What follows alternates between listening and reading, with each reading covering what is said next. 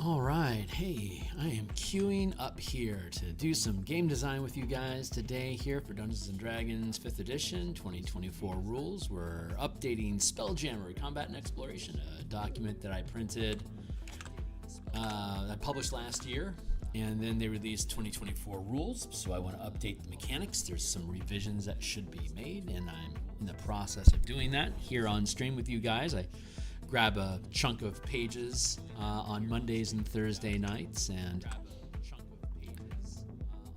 there we go. Pull them into the document, and let's see how my volume is. There we go. Mic check. Pull them into the document. Mic check. 1, 2, 3. Let's see how my volume is. There we go. Mic check. Pull them into the document. Check. 1, 2, 3. Let's see how my volume is over good here. I'm gonna drop my volume down here so I don't have to listen to myself listening to myself. And there we go. That should be fine. Yeah. So I've made a whole bunch of books on the DMsGuild. They're all here, they all have a lot of free previews. We're going to be looking at Spelljammer Combat Exploration. It's already published on the DMsGuild now. Here it is on the new DMsGuild website. If you click preview, it'll pop open the entire PDF. It's 107 pages. Yeah, so you can read the. Don't need to look at that. Thank you. Yeah, you can read the entire document.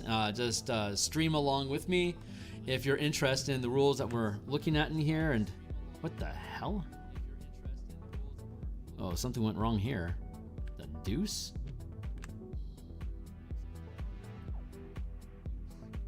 Huh.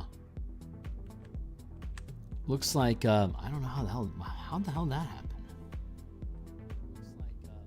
There is some weirdness going on with these pages. I don't rightly understand what that is. Oh, that's weird. It's showing through. Hold on. I'm going to, I've got my own version of it here as a PDF. And this is the download. This is the version that I uploaded. So let's get down to the spellcasting chapter and see if there's something weird going on down here. No, it doesn't look like there's anything wrong. That's weird that the preview is all wonky, but the actual document isn't. Well, let's scroll back up here and take another look at it and make sure everything's. Yeah, see, I'm not having that glitch here. This is the actual PDF that when you download it, it doesn't have the sample marks all over it. And we can see that it's reading clean.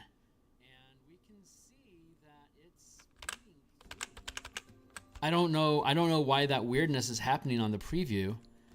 But I mean, hey, that's I wish I understood why that is that happening in the entire document? No, just some portions.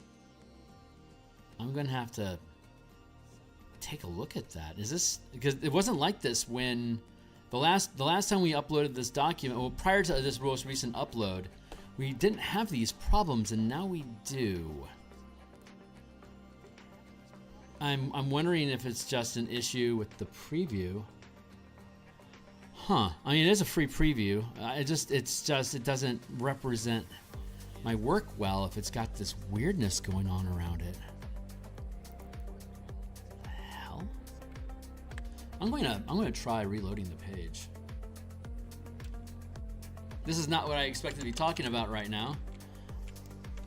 DMsGuild.com Spelljammer Combat Exploration. Let's try this again.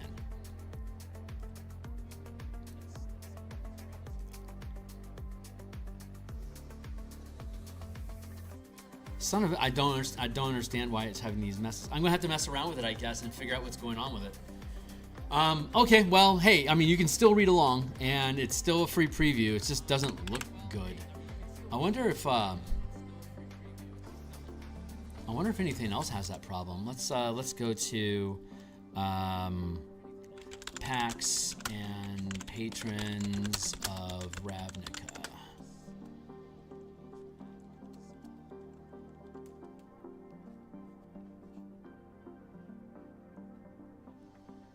Let's look at the preview on here and see if it's wonky or not. I hope it isn't. This is Gonna really piss me off.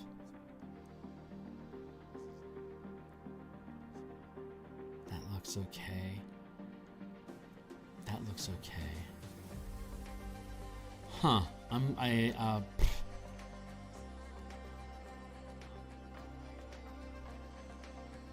Yeah, this is still... Okay, well, I'm just gonna have to go in and find out what the hell's going on with my document. Yeah, this one looks good. Just what a weird thing to have happen. All right. Well, hey, if regardless, a bunch of books, free previews. You're seeing it there. If you think this stuff is cool, like, subscribe, hit the bell icon. We have 3 new. Thanks, guys. 3 new subscribers today. Really appreciate you. Like, subscribe, hit the bell icon for notifications when we're live in the future. I'm gonna take this window and peel it out of the way and drop it down into a separate window so I can keep an eye on it but not get distracted by it. Here's our, again, you can, I don't understand what is going on. It's disappointing.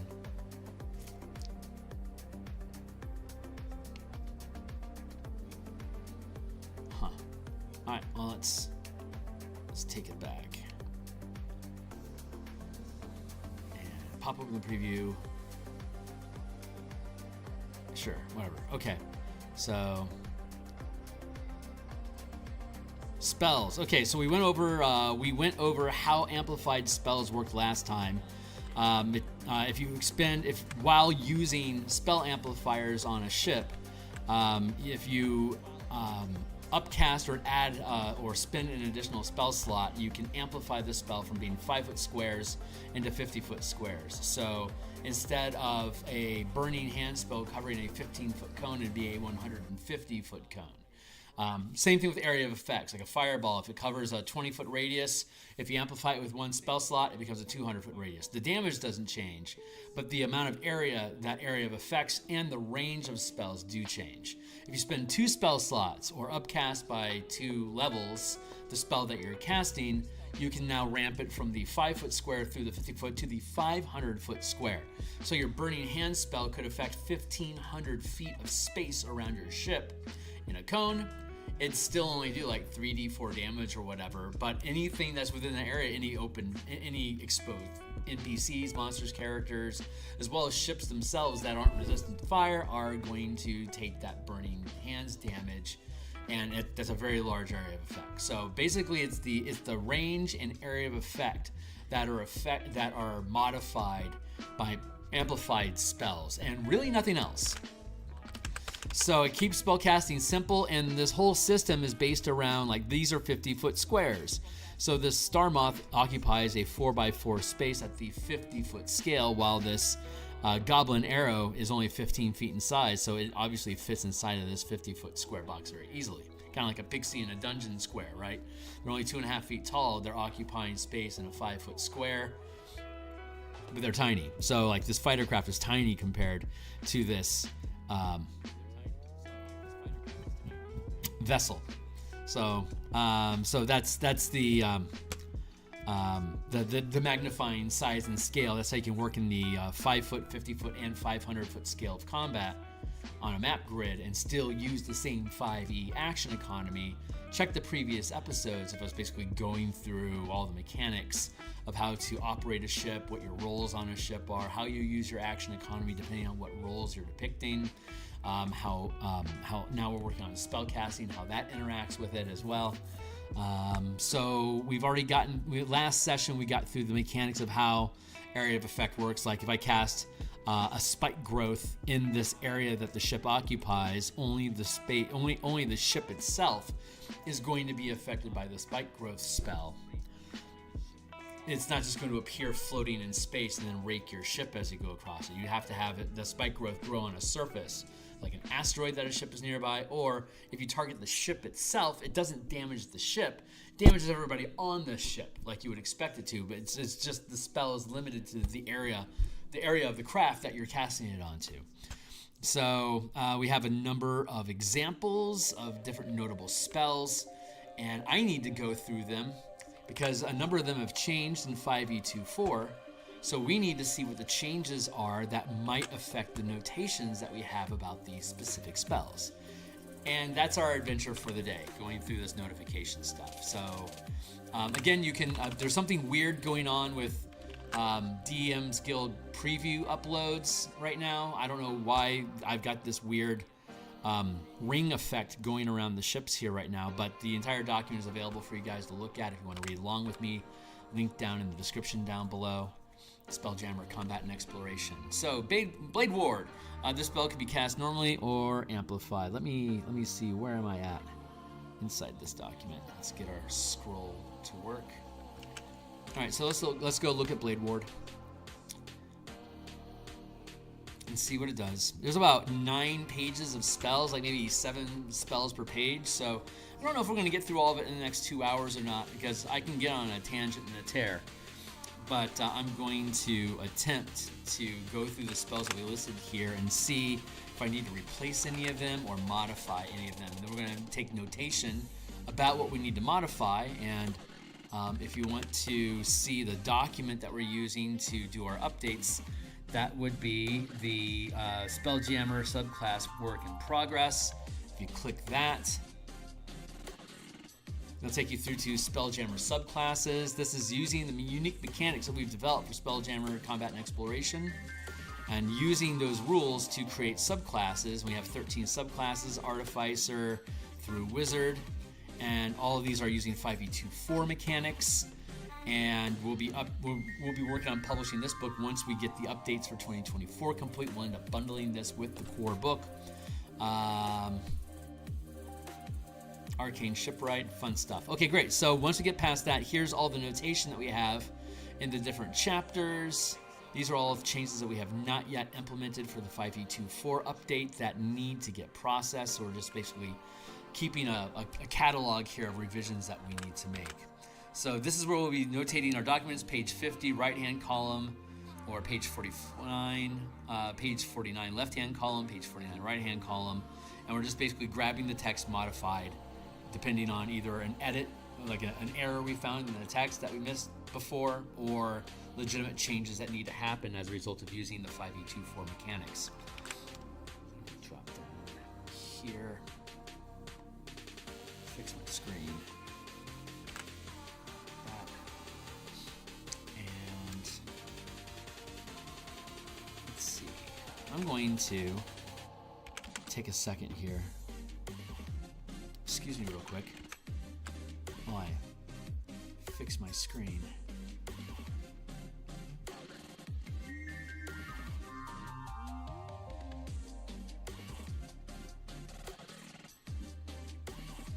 I think I have things categorized wrong, so give me a second to switch this up here, and then we'll get to work here in just a second.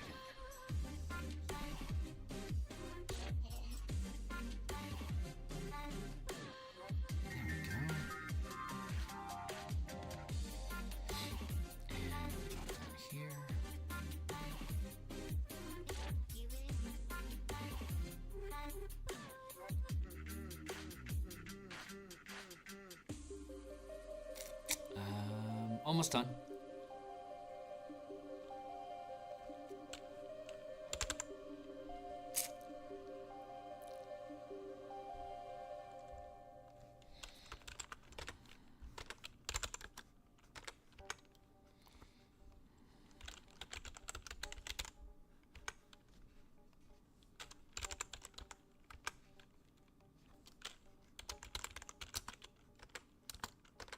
There we go.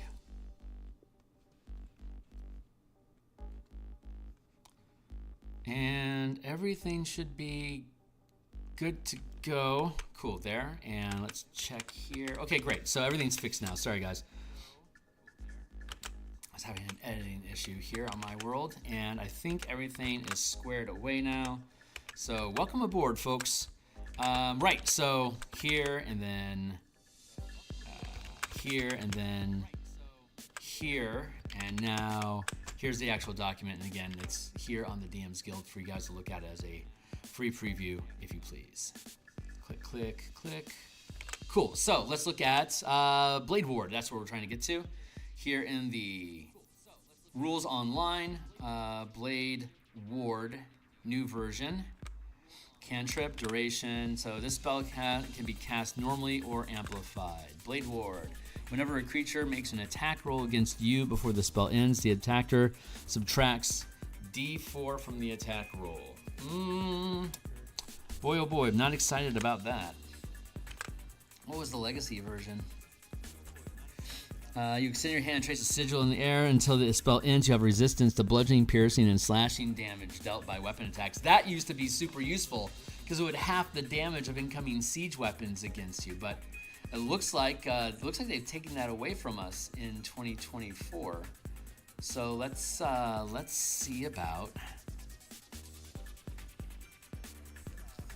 I don't think they replaced it with anything. I think they just flat out took it away. No, I want spell level.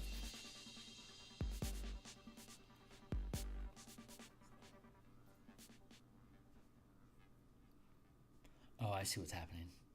It's remembering my place on the page. Let's go back to 1. I'm looking for, thank you, cantrips. Acid Splash, Blade Ward has changed. Control Flames, Create Bonfire, Dancing Lights, Druidcraft, Eldritch Blast, Elementalism, Encode Thoughts, Firebolts. I'm just checking to see if there was a replacement dropped in. God, that was such a useful spell. Gust, Light, Lightning, Mending, Message, Mind Sliver, Minor Illusion.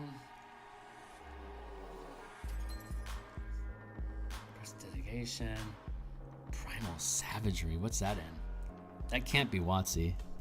Oh, wow. You channel primal magic to cause your teeth and fingernails to sharpen, ready to deliver a corrosive attack. Oh, neat. Okay. Huh. Xanathars, huh? I don't recall seeing that. Ray of Frost, resistant. Resistance. You touch a willing creature and choose a damage type. It's an action. Acid, bludgeoning, cold, fire, resistance, rain, slashing, or thunder. When the creature takes damage of the chosen type before the spell ends, the creature reduces the total damage taken by D4. The character can benefit from the spell only once per turn. Jesus, man.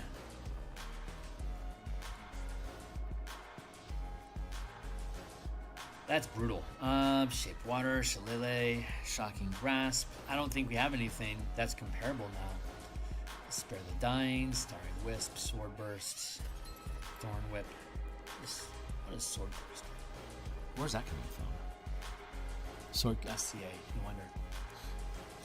Thaumaturgy, Thorn Whip. What? Circle of Spectral Blaze, a sweep all around you. All other creatures within 5 feet of you must succeed a dex save or take D6, 2d6, 3d6, 4d6. And what's that called? Sword Burst. Weird. Weird that I haven't noticed that. Toll the Dead, True Strike. How has True Strike changed? Oh, that's right. It does extra damage now. Word of Recall, and then Absorb Elements. All right, so Blade Ward is no longer what it once was. So we're going to replace Blade Ward, and we'll need to include True Strike. Guided by Flash of Intuition, you make one attack with the weapon used by the spell's casting. The attack uses your spellcasting ability for the attack and damage rolls instead of using Strength or Dexterity. If the attack deals damage, it could be Radiant, or the weapon's normal damage. Your choice. Cantrip upgrades. It does an extra D6 at 5, extra 2d6 at 11, an extra 3d6 at 17. Hey, Steve, how you doing? It's good to see you, my man. So let's grab this language here. We're going to open up a notepad for transfers. Click, click, click, there. And so Blade Ward doesn't do what Blade Ward used to do. Blade Ward was the best fucking spell in the game for this system because it used to give us damage reduction for either the pilot cast as normal, or if you amplify it, you could take damage for a ship up to 50 feet in size, or for 2 spell slots, you could amplify it for a ship up to 500 feet in size to gain that resistance as a reaction. but they changed Blade Ward to take away the resistance and instead reduce damage by D4. And does it scale up? I don't think it scales up. Hold on.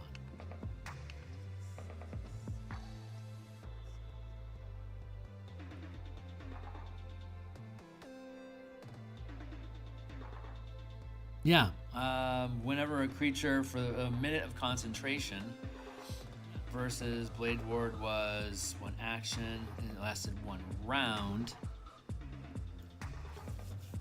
Yeah, okay, well, we got it.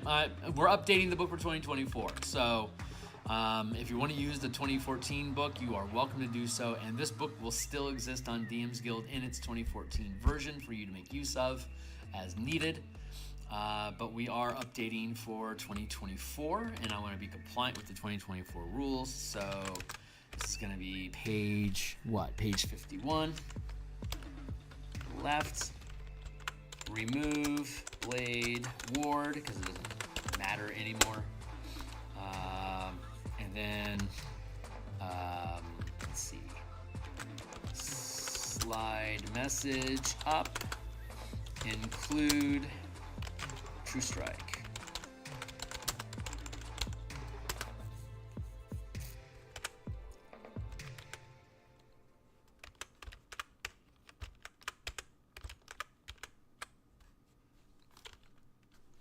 Now let's go take a look at our rules on damage.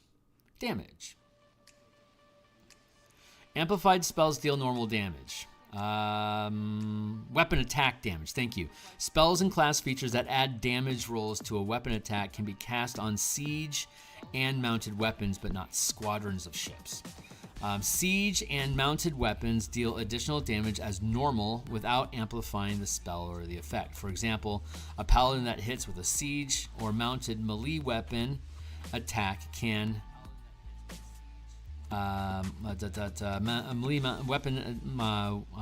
mounted melee weapon attack can use a first level spell slot to deal an additional 2d8 radiant damage. Amplifying a spell with 1 spell slot can affect a target up to 50 feet in size. For example, a paladin making an attack with a ship melee weapon that casts Banishing Smite with a first level spell slot can banish a small. Well, we can't do that with a first level spell slot. It has to be a 4th level spell slot. So I don't know how that error came in. There's a lot of weird errors that are showing up. But let's see, with a 4th level spell slot, can banish a craft. Oh, amplified with, I understand what I'm saying there. Amplified with a 1st level spell slot can banish a craft with less than 50 hit points. Less than 50 hit points, and a craft is a ship that's 50 feet or smaller in size. Amplifying a spell with 2 spell slots can affect a target up to 500 feet in size. For example, a paladin making an attack with a ship melee weapon that casts Banishing Smite with a 2nd level spell slot can banish a amplified with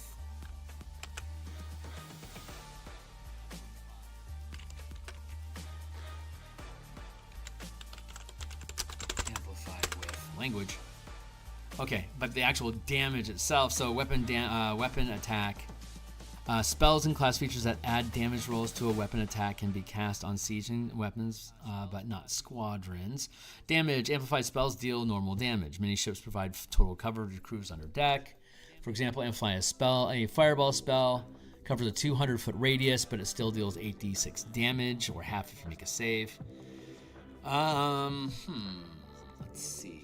It says in here amplified spells deal normal damage, but I feel like I need to add a little bit of additional language in here.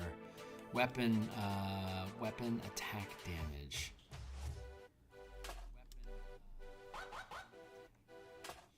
Weapon. This should be.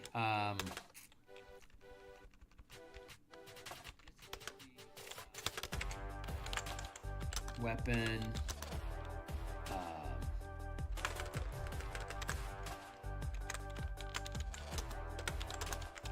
Weapon attack effects.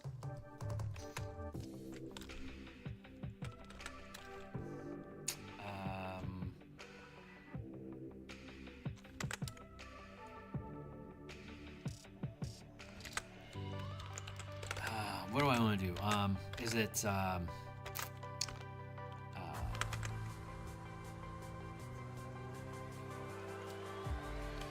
yeah, weapon attack effects is probably what we should change that title to. Weapon attack.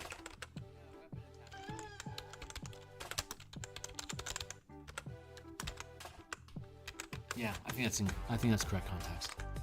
Okay, cool. So we know that the damage is going to amplify. Spells and class features that add damage rolls to a weapon and cast to a weapon attack.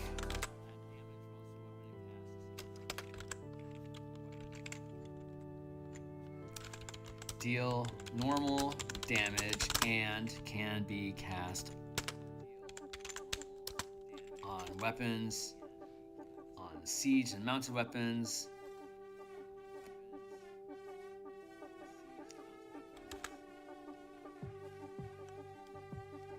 Weapon. We should go with weapon attack spells. Spells and class features that add damage rolls to a weapon attack deal normal damage and can be cast and can be used with siege and mounted weapons, but not squadrons. For example, a paladin making an attack with a ship melee weapon that casts Spanish and Smite, amplified with a first level spell slot. Okay, this is all folding together now. Can banish a craft with less than 50 feet and all aboard it. Similarly, amplified with a second level spell slot up to 500 feet in size. There we go. Okay, so that was, sorry guys, this is me walking through and doing updates, right? This is the process. I'm sharing it with you guys, mostly to pity me. So, cheers. Now, once this is all updated, once we update all this stuff, make the book right, we'll be republishing. That'll probably happen later, probably maybe early November. Hopefully early November. So let's see. We get rid of Blade Ward. We slide this up. Include True Strike. So let's grab just the format here.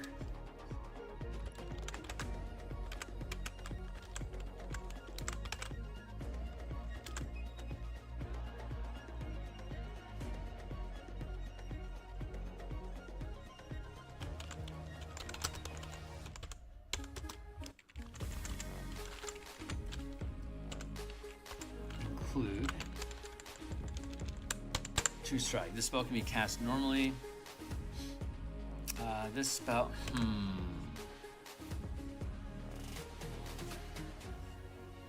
I'm going to make an exception. I'm going to make exceptions to the rule. True Strike. Oh, wait a second. That's a good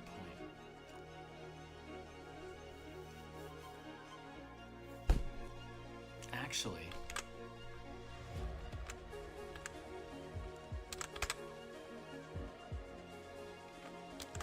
how with that? Instead, let's do this instead. The spell can be cast normally or amplified. Cast normally, a pilot or a commander takes 1d4 less damage.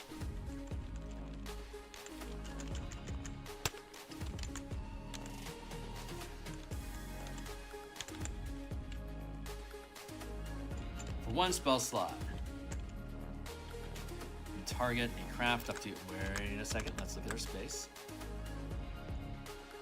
Okay, we got extra lines at the bottom. That's fantastic. So, cast normally, a pilot or commander takes d4 less damage taken for the ship, crew, or squadron. One slot, you or a craft up to 50 feet in size takes 1d4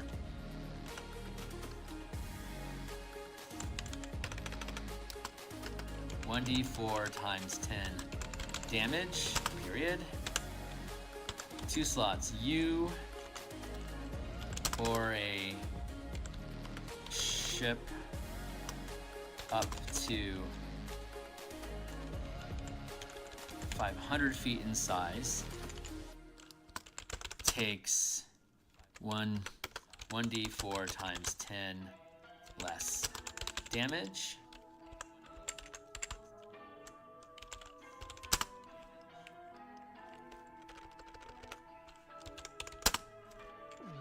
Until the end of your next turn, you or the targeted ship has...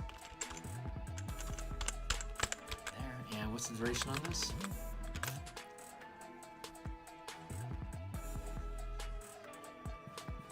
Lasts for 1 minute.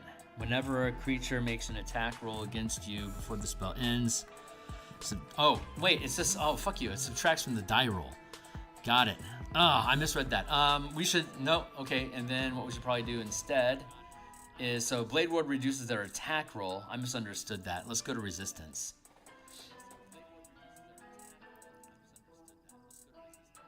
Wrong page.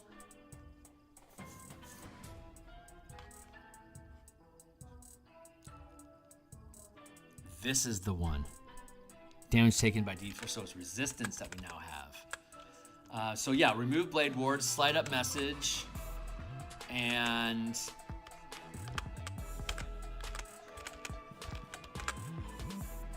add Resistance. Remove Blade Ward.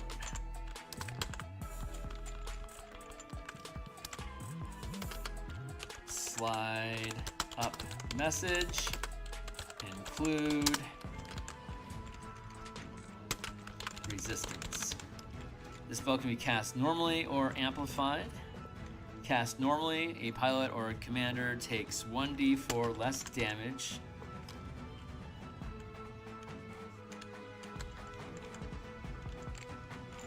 for yourself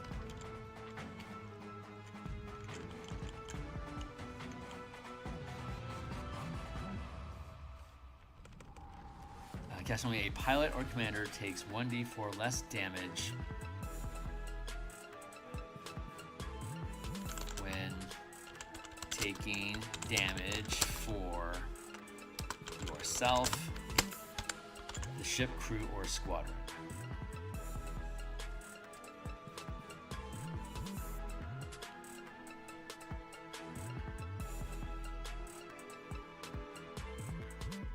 One slot, you or a craft up to 50 feet in size takes one, or a craft you are piloting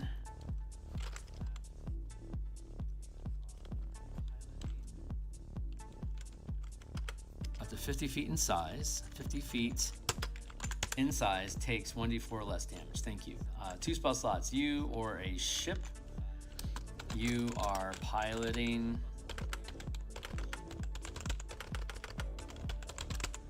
up to 500 feet in size takes 1d4. Right, because you can't target this spell to affect multiple ships like in a squadron, but you can take damage for this squadron and then have it affect yourself. But the ships that you're taking damage for are going to you or a ship you are piloting. Right, so if you're just taking damage as a commander, you don't need to spend 2 spell slots unless you're trying to protect the ship that you're on that's more than 50 feet in size from taking damage. Otherwise, you may as well just spend 1 spell slot to mitigate D4 times 10 damage, which can get expensive after a while, for sure. But it lasts, actually, it just, until you lose your concentration, it's a concentration spell, so that's actually really great. So this guy's good. So that Mischief managed. We fixed that. Message. Range is still 120 feet. Let's verify that's accurate.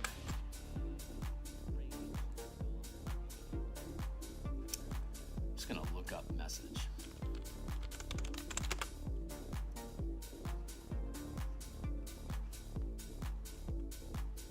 Spell's range 120 feet, no problem. Color spray.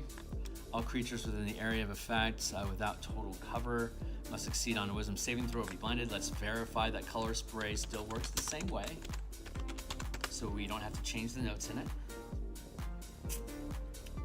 Color spray. Wisdom save or blinded. It's a Constitution modifier now. See, this is why we do this.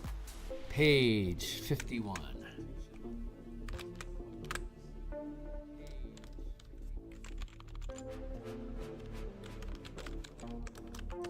Left.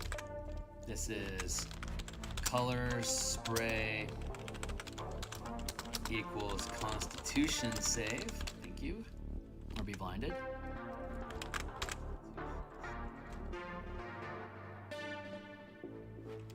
And 15 foot. Color spray.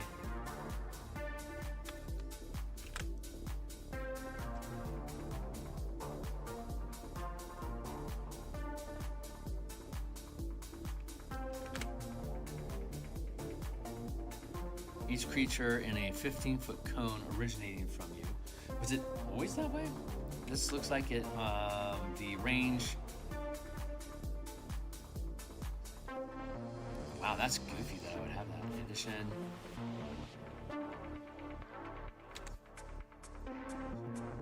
Let's just grab this.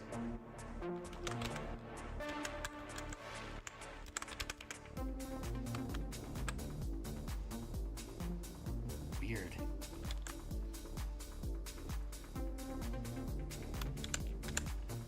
One slot. The area increases to a 150-foot cone. 2 slots. The area increases to a 1,500-foot cone. In addition, the pilot or any ship caught in the area. Oh boy, I bet that's too much text. Oh no, we should be able to fit that in.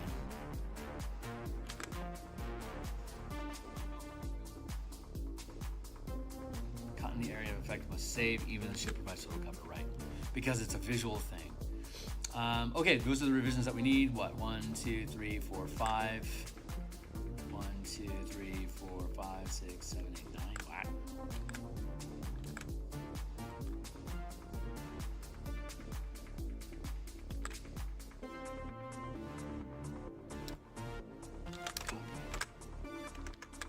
Paste, cut. Paste in.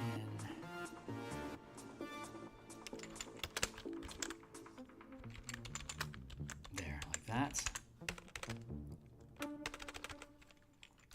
All creatures must make a succeed on a Constitution saving throw or be blinded. Yeah, this should fit. I'll figure it out if it doesn't. 1, 2, 3, 4, 5, 6, 7. Yeah, we're gaining 2 lines. Not that I necessarily needed them, but there it is. So color spray, detect poison and disease. Let's go look up detect poison and disease to make sure it hasn't had also any similar changes. Detect poison and disease.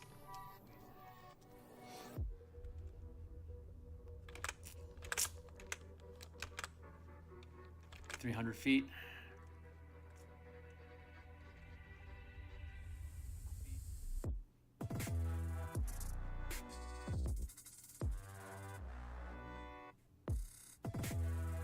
Okay. South concentration. 30 feet. There we go. And then 300 to 3,000. Good. This guy's south. Let's check out this guy's south. I guess we just scroll down, right? This guy's south. Range south. When targeting a ship with this spell, it can appear as any other type of ship, 1 square larger or smaller than the target and seemingly made from any material. 1 slot, you can target a craft up to 50 feet in size. 2 slots, you can target a ship up to 500 feet in size. For example, a star moth occupying a 4x4 space can appear as a 5x5 hammerhead ship made of adamantine or a 3x3 galleon made of flower petals. Fill the hole up, and then, yeah, okay, so that all jives. Ensnaring strike. Let's see what has happened with you that might need addressing. Scroll down to ensnaring strike. Let's see. When you hit with a siege weapon attack, if the target of the attack is a ship, the current pilot. If the target of the attack is a ship, the current pilot must succeed the saving throw or the ship is restrained until the effect ends. If the target is a siege weapon, it cannot attack until the effect ends. 1 slot, you can target a craft up to 50 feet in size. Slot 2, you can target a ship up to 500 feet in size. Each creature affected can use their action to make a strength saving throw to break free, can make Each creature affected. The ship and any creature aboard without total cover take d6 per damage per round. Yeah. The ship and any creatures aboard without total cover takes d6 damage per round for the duration of the spell. Each creature affected can use...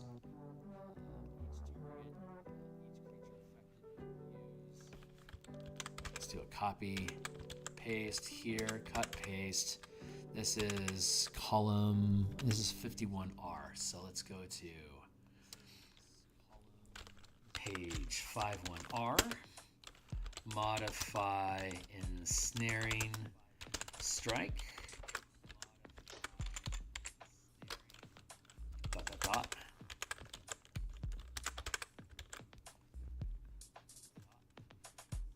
Each creature affected and the pilot of a ship can use their action to make a strength check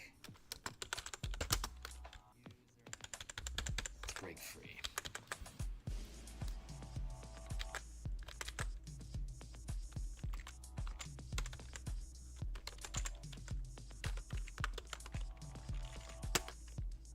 That should do. Each creature affected and the pilot of a ship can use their action to make a strength check to break free. Is that how that works? Let's double check how to escape ensnaring strike. While restrained. Good, 2-4. While restrained, the target takes piercing damage at the start of each of its turns. The target or a creature within reach of it can take an action to make a strength athletics check against your save DC. On a success, the spell ends. There you go. To end the spell.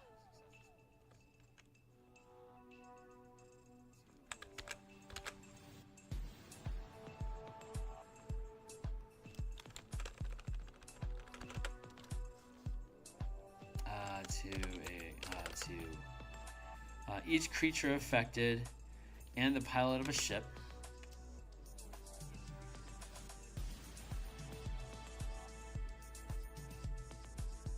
without total cover take d6 per round of damage for the duration of the spell. Each creature affected and the pilot of the ship can use their action to make a strength saving throw to end the effect on themselves. If the pilot succeeds, the spell ends.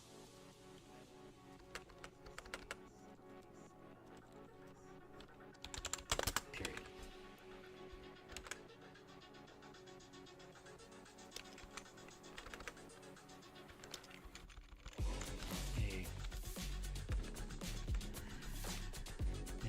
If the pilot succeeds. Right. So individuals on a ship can make their strengths check to end the effects on themselves and move freely. And when you hit a ship with this, obviously you're scaling up to hit a ship. If the pilot succeeds, the entire spell ends as normal. So cool, that works. And let's see, Fairy Fire, 600 and 6,000. So let's see if Fairy Fire range changed.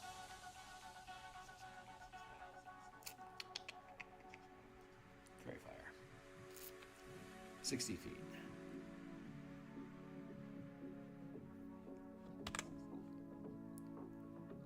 Featherfall. If cast on a creature aboard a ship, the target doesn't take any damage if the ship they are aboard is scuttled or crashed.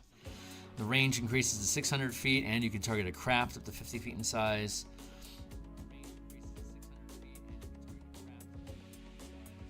If the spell is cast as a reaction on a ship being scuttled, the pilot automatically succeeds the save. And if the spell is cast as a reaction to a ship crashing, it takes no damage. First level, second level spell slots, there you go.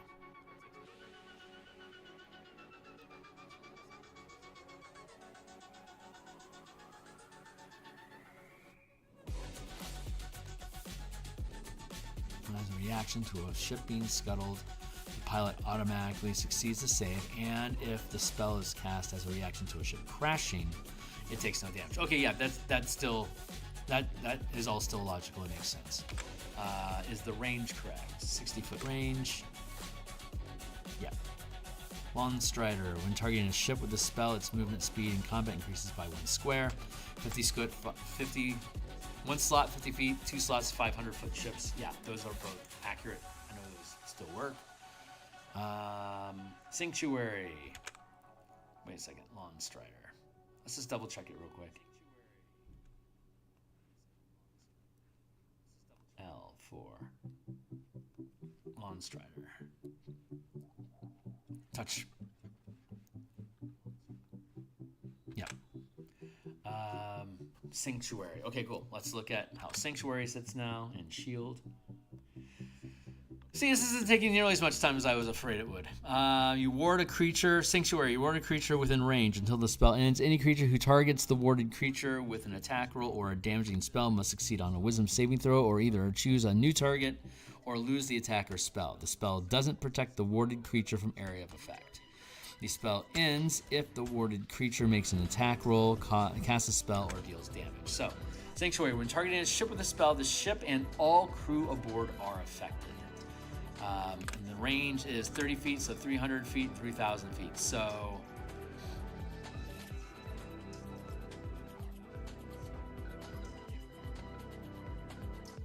I think when targeting a ship with this spell, the ship and all crew aboard are affected.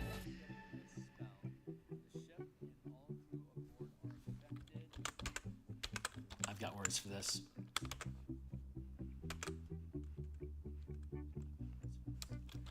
Page 52. Page 52 left. Modify Sanctuary. When targeting a ship with a spell, the ship and all crew aboard are affected, while none of them attack. Is that right? Is that proper language? Probably not. Ward a ship within range until the spell ends. Any creature who targets the warded creature with an attack roll must succeed. The spell ends if the warded creature makes an attack roll, casts a spell, or deals damage. So I want to word this so when targeting a ship with a spell, the ship and all crew aboard benefit or end the spell for all.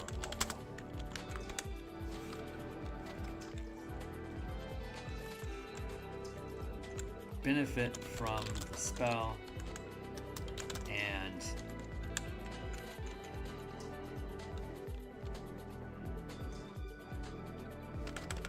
if any attack, cast a spell, or deal damage, the spell ends for all.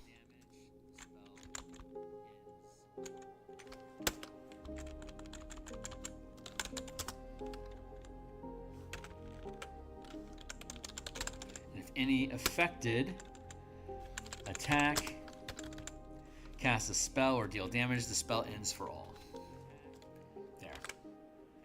Shield. When targeting a ship with the spell, it gains the +5 bonus armor class and takes no damage from magic missile until the start of the caster's next turn. Craft up to 50 feet in size, 500 feet in size. Shield of Faith. S words. Let's double check Shield real quick, make sure it still does what we think it's supposed to do. Yeah. Shield of Faith. That's what I want to look at next. Shield of Faith. Shimmering Field surrounds a creature of your choice within range, granting a +2 bonus armor class for the duration. 1 slot, 50-foot ship, 500-foot ship. No problems. Thunder Smite.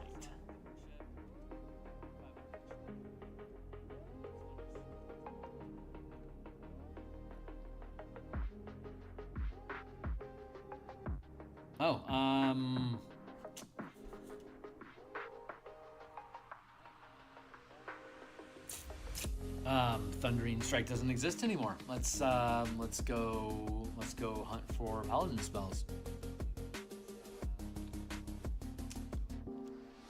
Game rules, spells, class is paladin, and filter.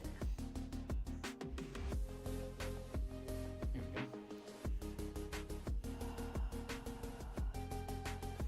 Detect magic.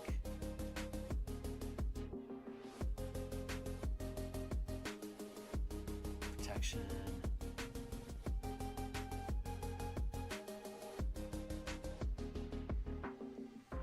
Thunderous Smite. Player's Handbook. Why? It's not Legacy.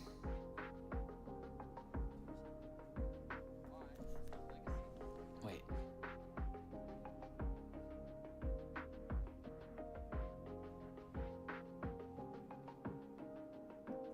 It doesn't say Legacy, so that makes me think that it is, but there's no other version of it. So let's go to source category. Core rules. Flip.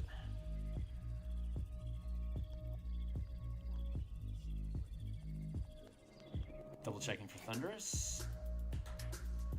Still here. Okay. Your strike rings with thunder and is audible within 300 feet of you. Thunder strike. If the target of an attack is a ship, the current pilot must succeed the strength saving throw. If it must succeed a strength saving throw or be pushed 10 feet away from you and have the prone condition.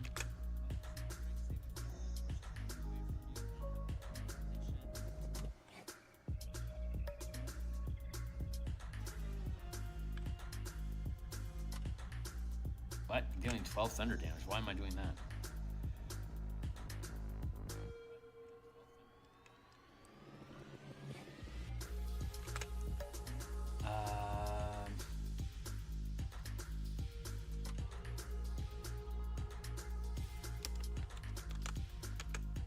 Let's do this. And back to here. And this is Thunder Smite. We're on page 52R, 52L. Page 52L. Modify Thunderous Smite. If the target of the attack is a ship, the current must make attacks.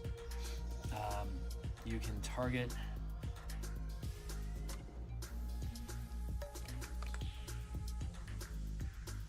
dealing 2d6 thunder damage, thank you, and pushing the ship up to 100 feet away. 2 spell slots, you can target a ship up to 500 feet in size, dealing 2d6 thundering damage and pushing the ship up to 1,000 feet away. The thunder can be heard up to 6 miles away or 3,000 miles away with 1 spell slot.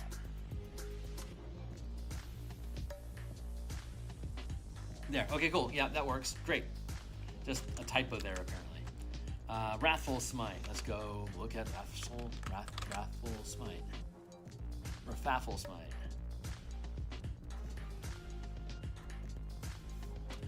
Target takes an extra d6 necrotic damage. If the target of the attack is a ship, the current pilot must succeed the wisdom saving throw or be frightened. Wisdom saving throw.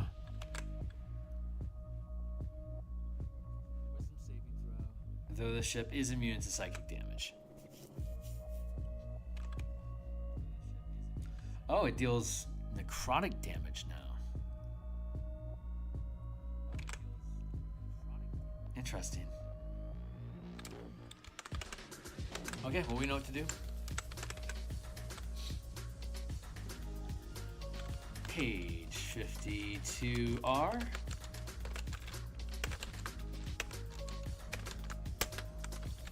Modify Wrathful Smite.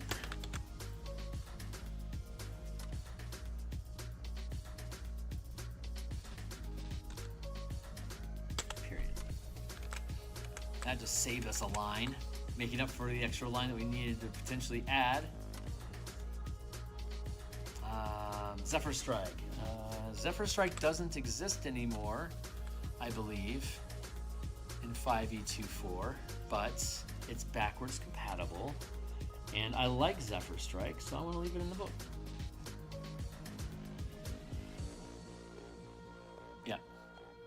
No longer exists.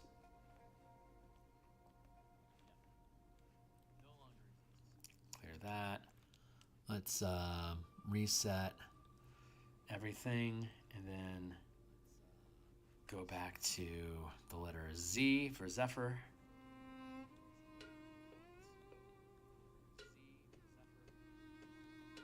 Where are you coming from? Xanathar's. They say Xanathar's is compatible, so no changes, no changes. I might go like the wind. Your movement doesn't provoke opportunity attacks. When targeting a ship with a spell, the pilot can use the disengage action as part of the interaction to move the ship during its turn. One slot, you can target a craft up to 50 feet, up to 500 feet. When the pilot chooses to make a ship melee attack with Zephyr Strike, roll with advantage. The ship's movement speed in combat increases by 5 squares until the end of the pilot's turn. Cool. Okay. And now we'll go to Alter Self.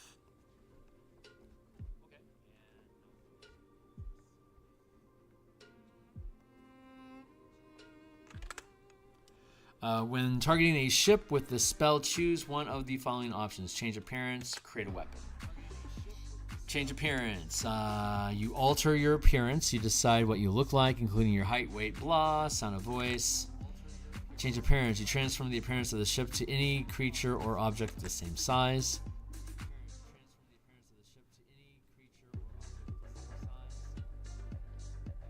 Okay, got it. Natural weapons. You can grow claws, slash, blah. You know what? I'm sorely tempted to consider including one. You can target a ship up to 50 feet.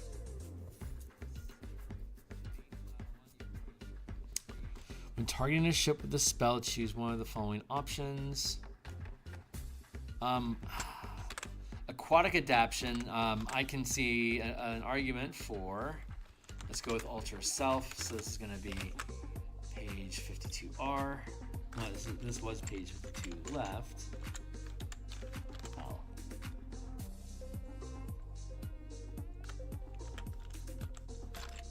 This is going to be page 52R. Modify Alter Self. Include aquatic adaptation.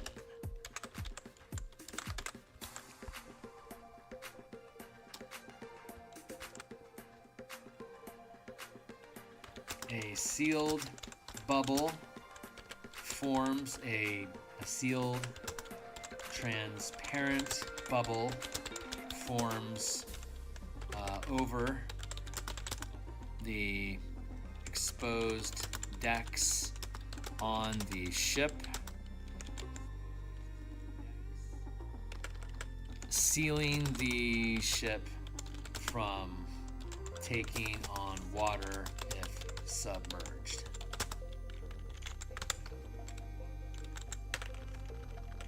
A transparent bubble forms over the exposed decks of the ship, sealing decks of the ship, sealing air within and preventing the ship from taking on water if submerged.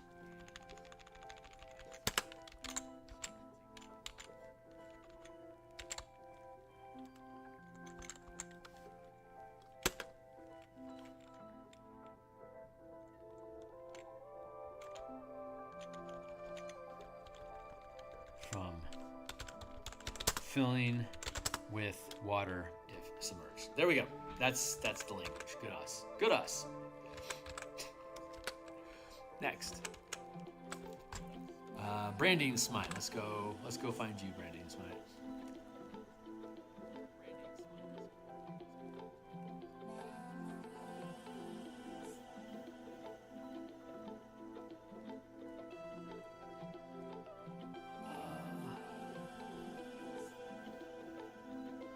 Does Branding Smite not exist now? I'm gonna guess it's on page 2.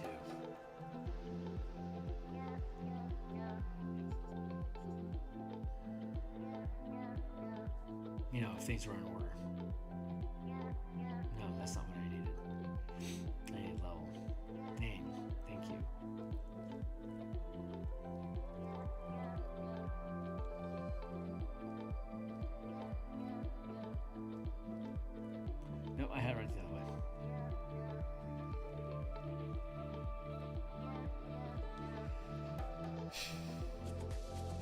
let's go to page 2.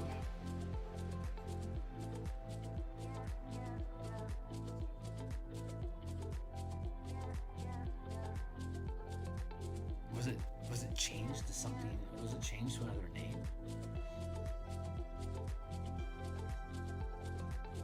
Banishing Smite.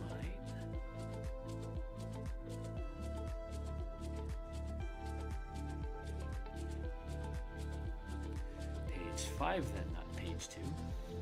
A lot of B spells, didn't realize it. Blinding Smite.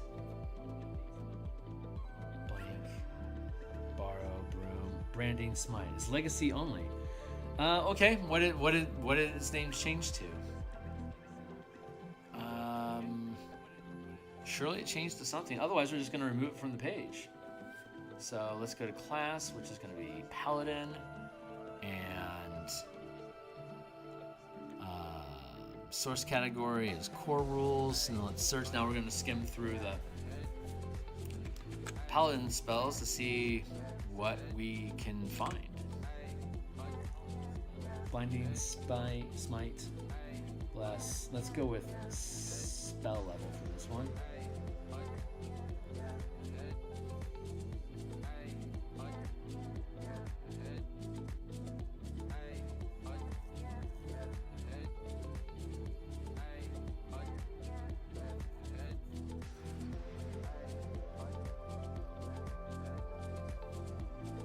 Come on, buddy.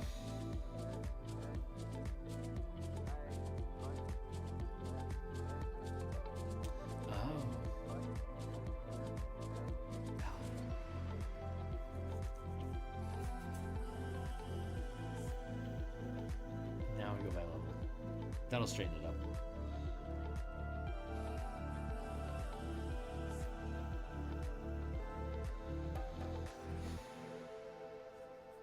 Searing Smite. Ooh, maybe that's... No, we already have a Searing Smite, don't we?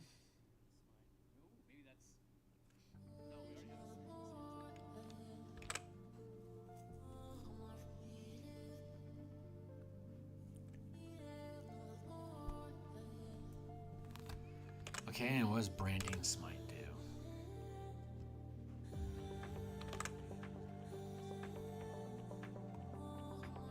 Oh, this is that visibility spell. On a failed save, the spell continues. Is there a replacement for that? Like Revealing Smite or some shit? Let's see if we can find it. Shining Smite.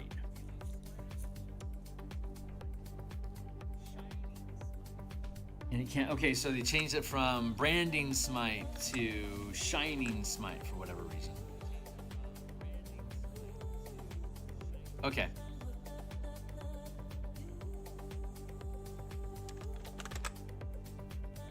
This is page 52R. Page 52R. Change. Branding Smite to Shining Smite. Is that right? Shining Smite. Yep. Okay. So, Gust of Wind, Invisibility. Fuck. There's a lot of second level spells. Surely we'll be able to get one of them to fit. That's 1, 2, 3, 4, 5, 6, 7, 8, 9, 10, 11, 12, 13, 14 lines. 1, 2, 3, 4, 5, 6, 7, 8, 9 lines. So Kinetic Jaunt is going to get kicked up into this set here. It'll end about here.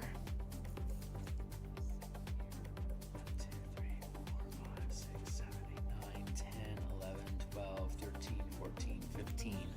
So I can get, I should just be able to get both Kinetic Jaunt and Magic Weapon on the next line. And then pull Mirror Image, Magic Weapon, Pass Without Trace, Protection from Poison, Shatter, And then we can put Shining Smite in. Change Branding Smite to Shining Smite. Move to behind Shatter.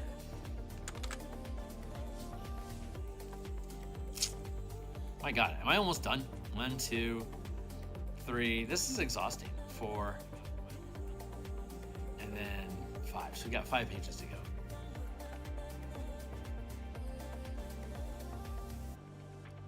This might not seem like I'm doing a lot, but by God, I feel this is just, it's tiring work, man. Doing these updates it's meticulous. That's what it is. Objects within the area of effect can't be seen or detected with an orrery. Maybe we can just do a really simple spot check here on darkness for flavor. 60 feet, 600 feet, 6,000 feet, 15-foot radius.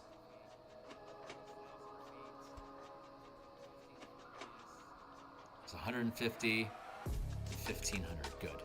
Alternatively, you can cast a spell on an object that is moving or carried. Okay, cool. So that works. Darkness, Gust of Wind, including Druidcraft, Wind Wall, and similar effects. These spells don't create new air. They move air that is already present. So casting this or similar spells won't refresh foul or deadly air. Yeah, Gust of Wind doesn't create air. It just moves the wind that already exists. It moves the air that's already there. If it's poisonous, you're just pushing, it's just a gust of poisonous wind as opposed to making any fresh air. So, when targeting a ship with the spell, attacks targeting outside the ship's air envelope in the effect.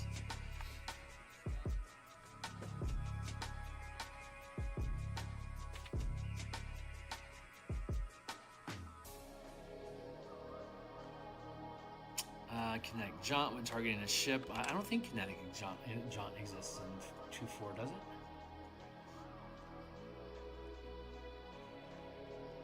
Knock. Seriously? It's the only fucking K spell in the game? That's great. When targeting a ship with this spell, it includes all crew aboard. You can target a craft up to 50 feet in size. You can target a ship up to 500 feet in size. The ship gains the following benefits while the caster remains focused on the amplifier. Speed increases by 1 square, and its movement doesn't provoke opportunity attacks. Magic Weapon. Let's see what Magic Weapon is all about these days. Magic Weapon.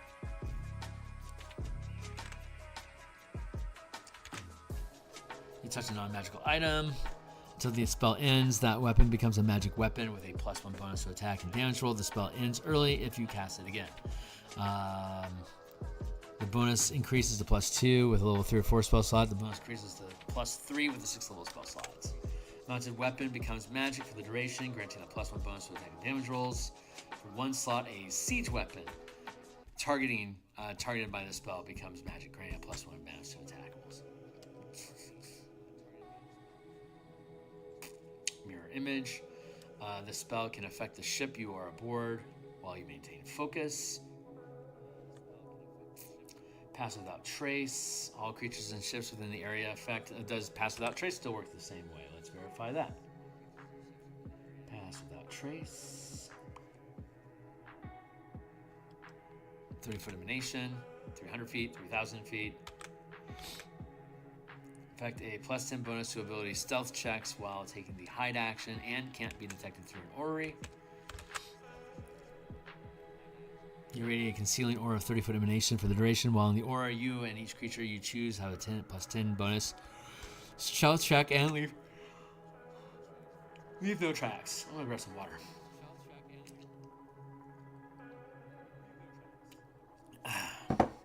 While the spell remains in effect, the air envelope of the chosen spell can't be fouled or become deadly. If the air envelope is already foul or deadly, it is considered fresh for the duration of the spell, and that is protection from poison. A fantastic use of the spell in Spelljammer.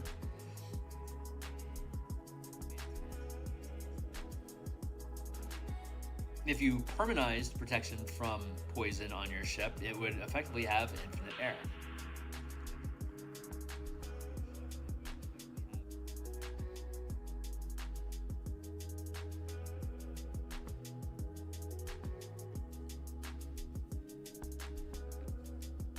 Duration is 1 hour.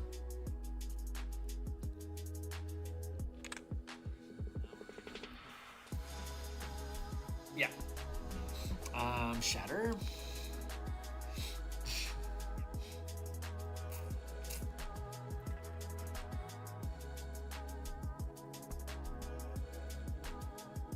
Let's go look at Shatter.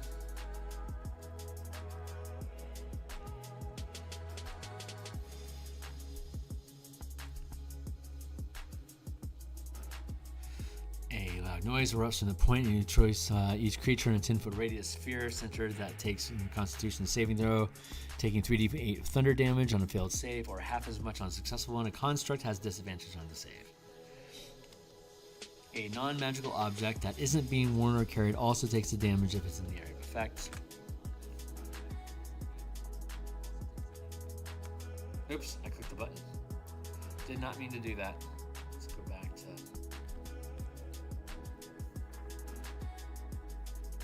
Shatter.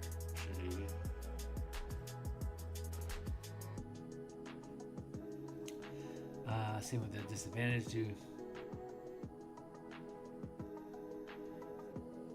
Yeah, no, that's fair. Skyrite. You can target a space up to 10 miles away. Skyrite, I don't think exists in the game currently, but it is legacy. So let's look it up. Skyrite. I like that spell. I think it should continue to exist. It's very useful to Spelljammer in general.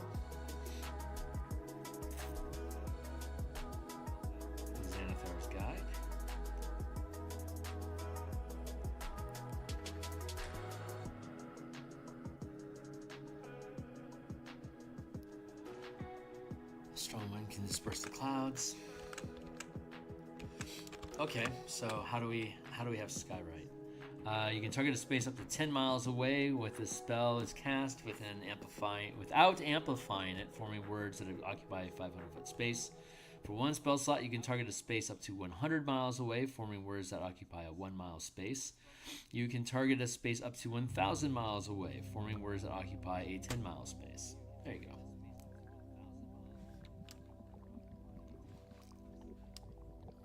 And then Blinding Smite. This might be a Constitution save now, perhaps. Blinding Smite. Okay, I guess Blinding Smite doesn't exist anymore, so...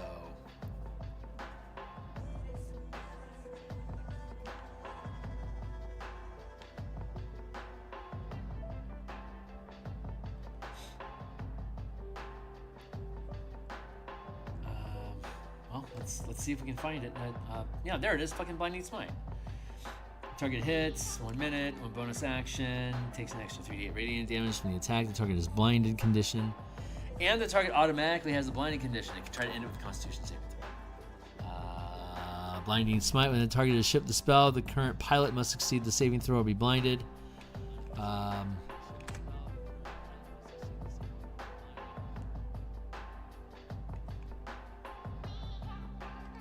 And the target has the blinding condition. It's automatically blinded.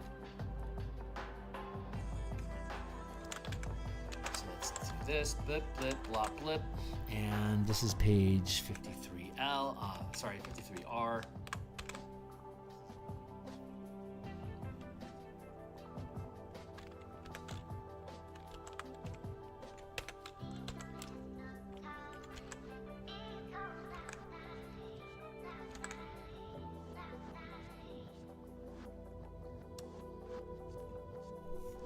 Right. Page 52L to page 53L. 2R. Now we have page 50, page 53R.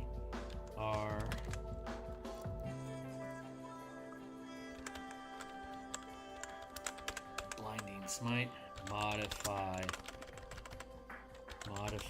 Blinding Smite.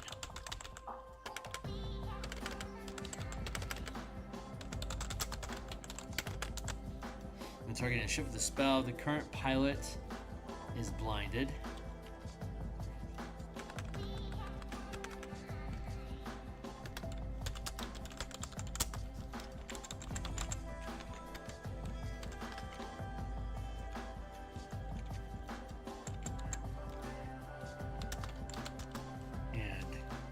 ends the condition with a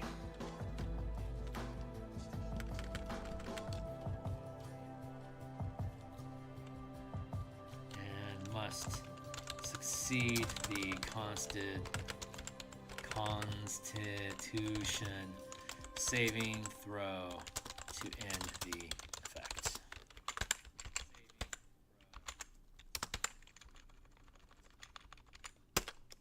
There. Small revision, but they're automatically blinded now, so cheers to that. What's next? Blink. The ethereal plane is accessible from the Astral Sea. For anyone that didn't know that, let's add that in there. So when targeting a ship with this spell, anything within its air envelope blinks with the ship. You can target a craft up to 50 feet in size, or with 2 slots up to 500 feet in size. Visibility remains limited to 60 feet, though.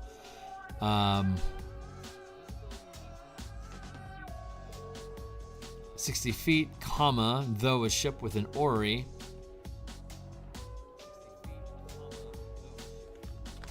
Blink. Page 53R. Modify blink.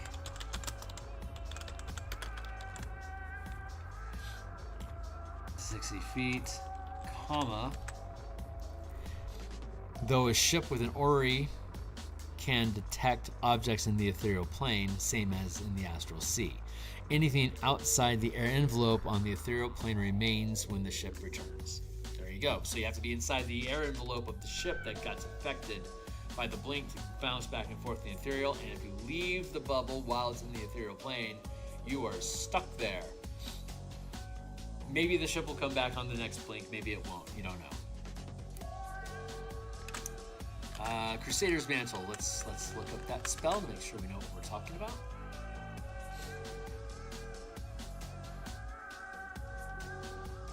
Crusaders.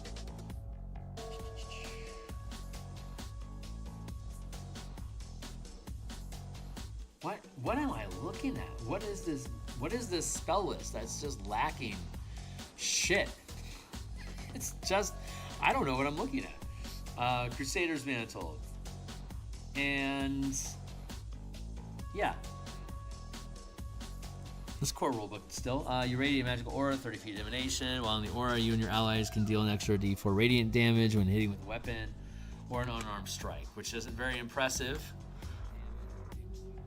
Increases to 300 feet and then 3,000 feet. So it can at least be big, but it doesn't do a lot of damage at the ship scale because we don't scale up damage on attacks on damaging spells. Erupting Earth. I wonder if this has any legacy. If this has been updated for 2024. Nope, sure didn't. So let's go. Erupting Earth. Let's find out what this is all about.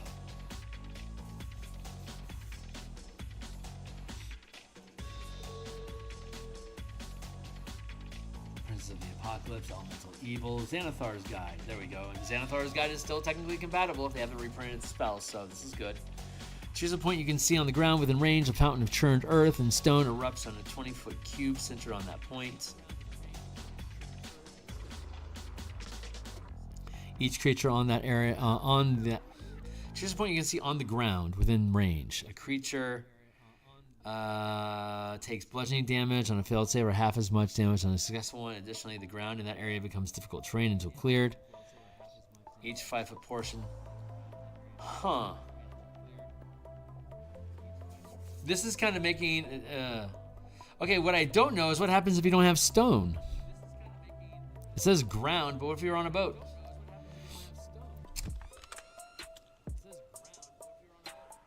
Erupting Earth. When targeting a space occupied by solid Earth, when targeting a ship within the area of effect, the current pilot must succeed a saving throw or choose between taking an action or a bonus action, and the ship movement speed is reduced by 2 squares. That sounds more complicated than it was.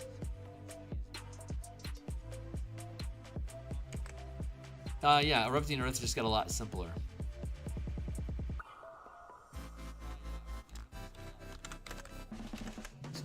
block, blip, blop, blip, and go back to here, and then Erupting Earth is page 53, right? Page 53R. Modify Erupting Earth.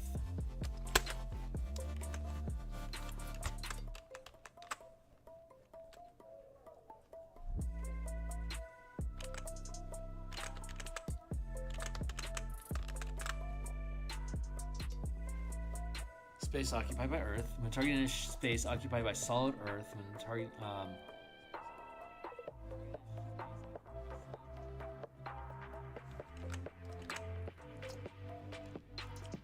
a fountain of churn Earth erupts in a 20-foot cube, centered on that point. 20-foot cube becomes 200 and 2,000. 200-foot cube or 2,000-foot cube.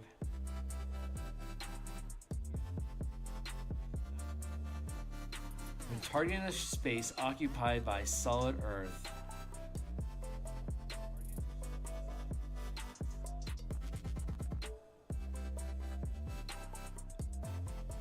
how do I want to word this?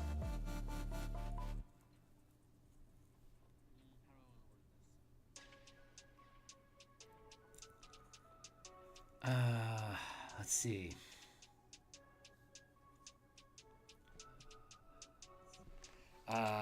This spell must target an area occupied by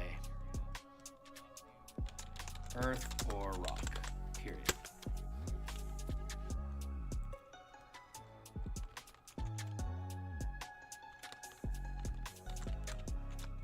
One slot, the range increases to 1,200 feet. Is that accurate? Double check.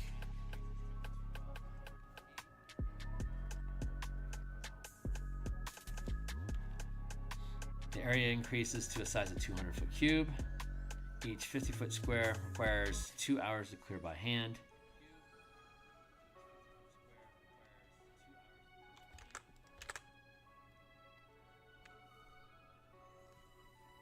And let's see, are half as much.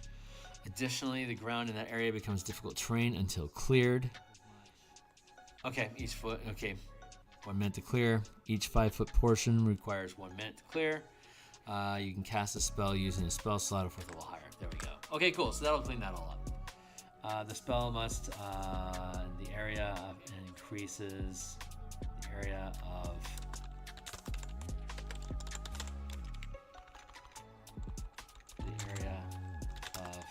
effect increases.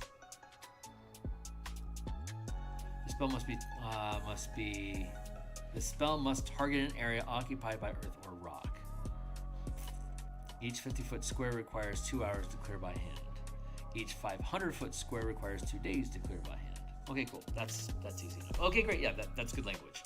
And we don't have to make it more complicated than that, so we're not. What's next? Modify Earth is good. Fly. Spell has no effect on spell jamming ships because your spell jamming ship already flies.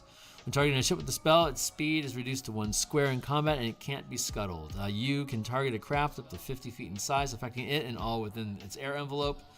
2 slots, you can target a ship up to 500 feet in size, affecting it and all within its air envelope. Pilot and crew cannot communicate or make attacks while affected by the spell, and anything leaving the air envelope returns to its normal form. Easy enough. Haste.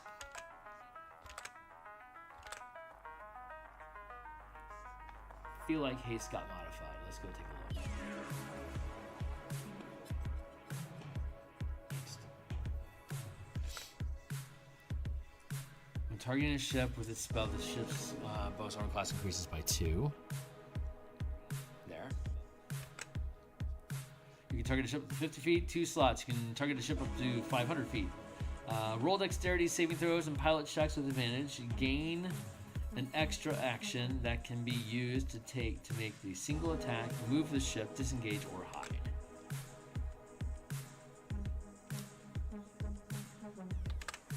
Okay, cool. Leland's Tiny Hut, which we have illustrated here, our themed illustration for the day. Cheers. We've got 1 page, 2 page, 3 page, 4 pages. So I don't have a timer going. I should totally have a timer going. I've got another hour. So I can put another hour into this. Let's see if we can get done.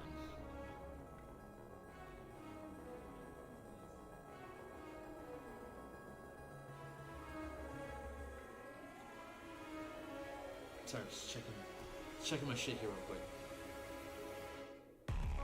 There, 20-minute timer. I've got three timers to go. So let's stay on point. Leland's Tiny Hut. When this spell is cast normally within an area of gravity larger than the area of the effect, the spell creates a dome, as normal. When the spell targets a location outside the effects of another source of gravity, the spell creates a stationary sphere. While the sphere is active, it produces fresh air to breathe for all within. 1 spell slot, the area increases to 50-foot sphere. 2 slots, it increases to a 500-foot sphere.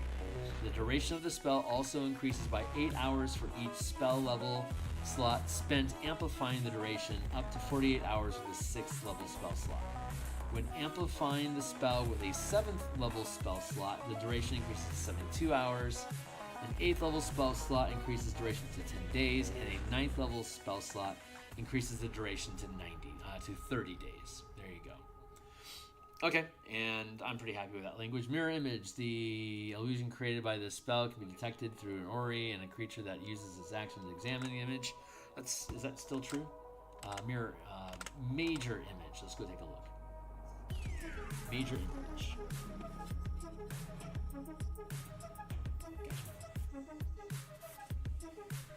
120 feet, 1,200, 12,000.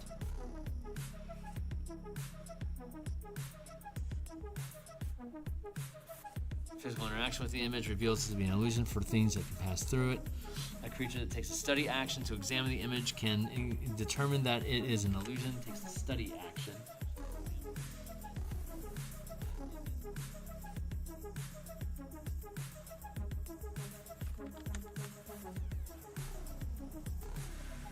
The illusion created by this spell can be detected through an Ori,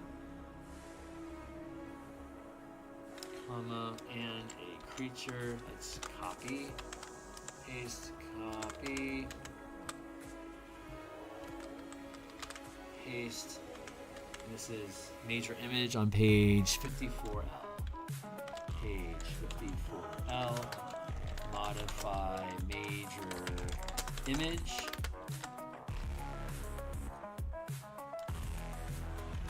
And a creature that uses its action. And a creature that takes the study action.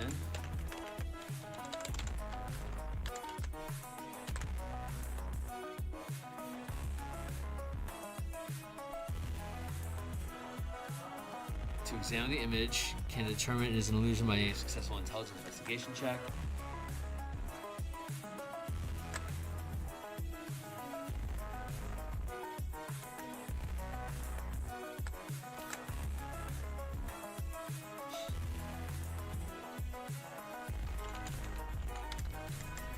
Investigation.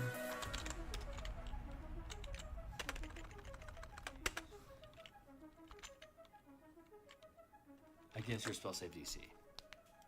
There we go. Okay, cool. That's compliant now. What's next? Right hand side. 5/4R. Sending. When the spell is amplified, the spell can be cast at higher levels to increase the duration, allowing the two creatures to freely communicate telepathically for the listed duration while maintaining focus. 4th level 1 minute, 5th level 10 minutes, 6th level 2 hours, 7th level 24 hours. Great. Spell slots can be used to include one additional creature in the sending for each additional spell slot spent. Communications can be directed to everyone on a selected number of contacts or a selected number of contacts within the collective sending. A creature can choose to end contact at any time, requiring an additional spell level be spent to reconnect.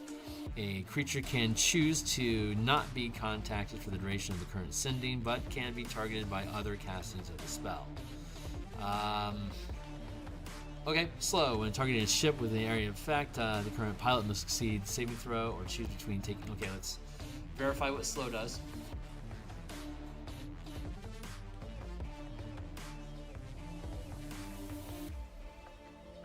That may have changed. Slow, 120 feet.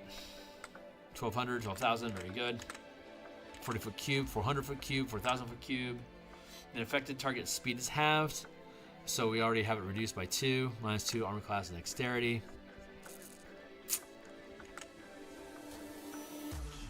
And it can't take reactions. On its turn, it can take either an action or a bonus action, not both. And it can make only one attack if it takes the attack action. If it casts a spell with a somatic component, there's a 25% chance the spell fails as a result of the target. The affected target repeats the save at the end of each of its turns. Dex save. So slow. When targeting a ship within the area of effect, the current pilot must succeed the saving throw or choose between taking or be affected or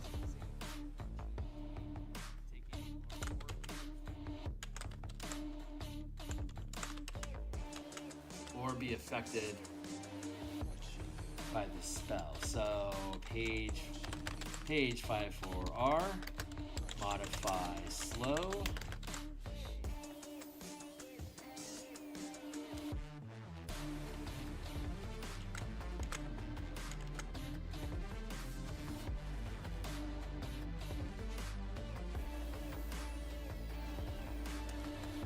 Copy, paste, cut, paste. When targeting a ship within the area of effect, the pilot, the current pilot must succeed the saving throw or be affected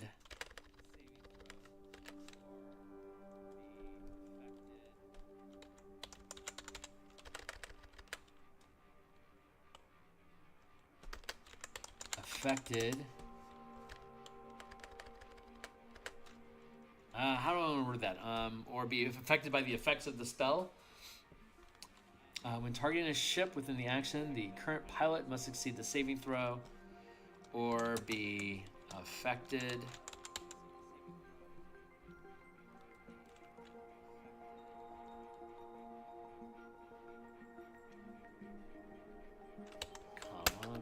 period.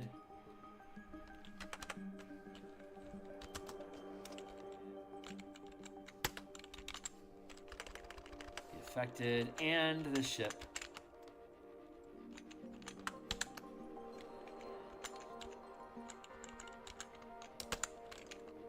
is reduced by 2 while in combat.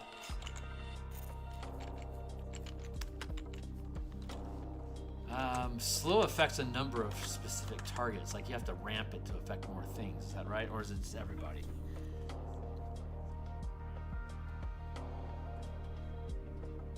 You alter time around for up to 6 creatures of your choice in a 40-foot cube within range.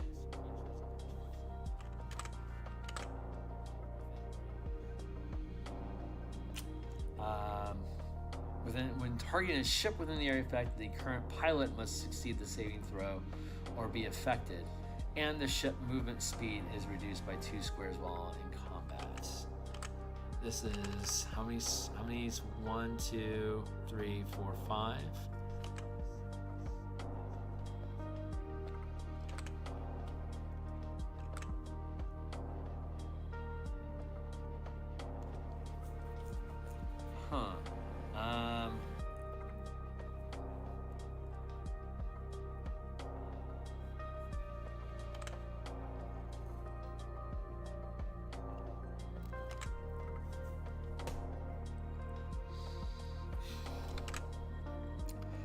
How's my space? Not great.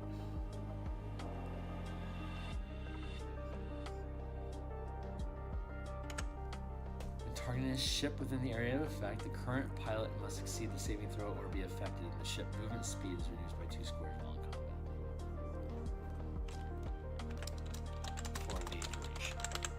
Okay, cool. That works. Spirit Shroud. Let's go check out Spirit Shroud. See how that's changed.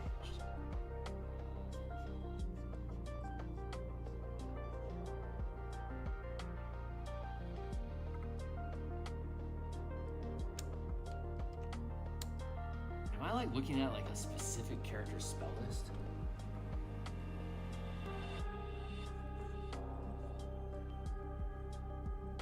Nope.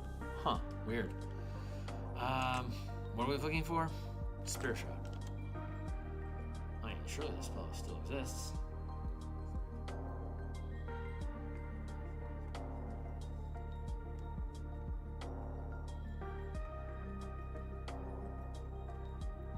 Almost there.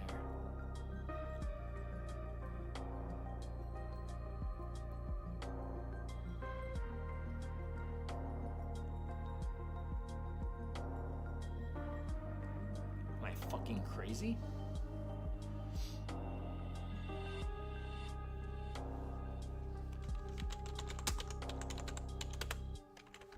Spirit Shroud. Tasha's, of course. We'll keep it though. So we respect Tasha here. You call for spirits of the dead, which flit around you for the spell's duration. The spirits are intangible and invulnerable. Until the spell ends, any attack you make deals D8 damage when you hit a creature within 10 feet of yourself. While maintaining a spell with the amplified spell, siege weapon attacks you make deal an additional.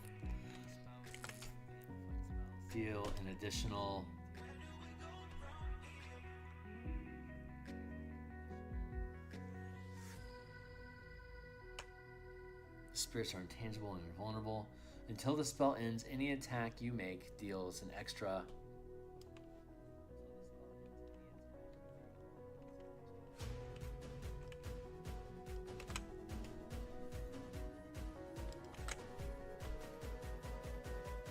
Spirit Shroud, 10 feet, extends to 100 feet.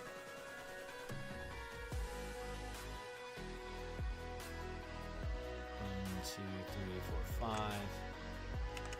Okay, let's just grab it.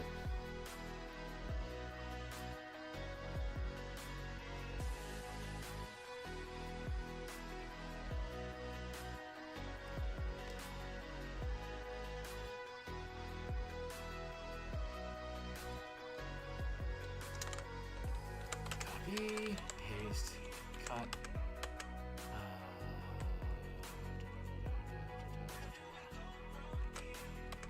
You know what? Hold on.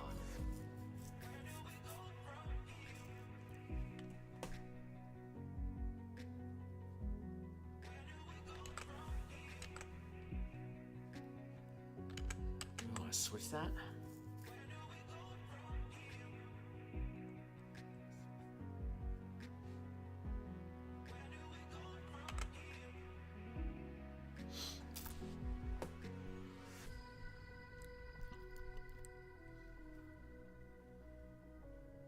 When you cast a spell, you can designate creatures to be unaffected by it, or any other creature's speed is halved by the emanation. Whenever the emanation enters a creature's space, or whenever a creature enters the emanation, the creature must make a Wisdom saving throw. On a failed save, the creature takes 3d8 radiant damage, or 3d8 necrotic. Successful save takes half damage.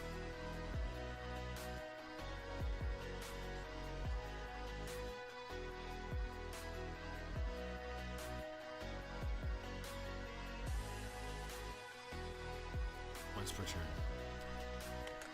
I think we're going to replace Spirit Shroud with Spirit Guardian.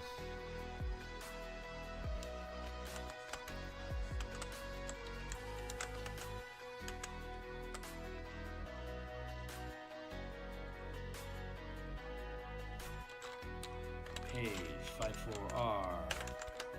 Replace Spirit Shroud with Spirit Guardians.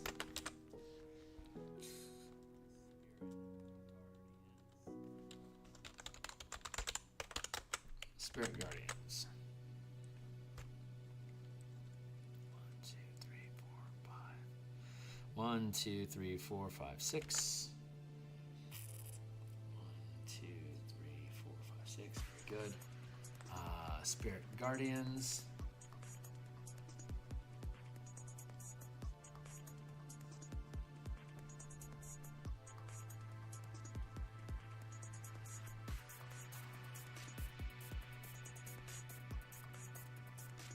Foot emanation. Because 150 and 1500, 150.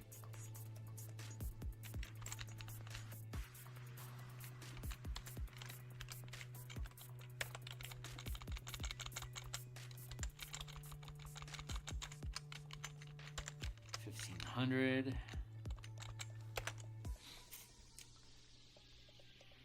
Spirit Guardians, while maintaining focus on with this amplified spell.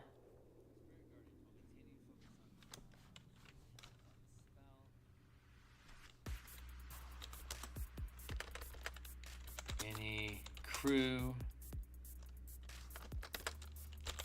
without full cover must make a dexterity saving throw.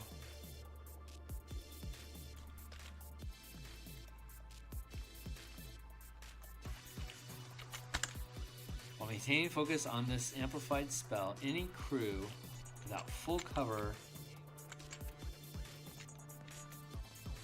any pilot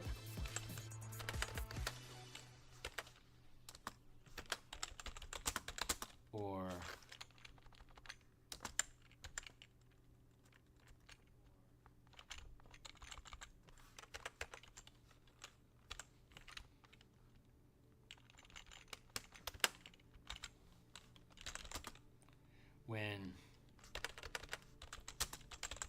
while within the spell's area of effect.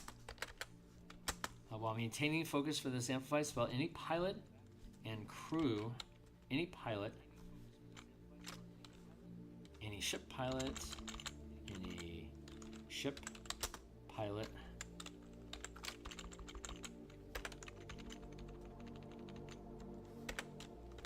and any crew without full cover must save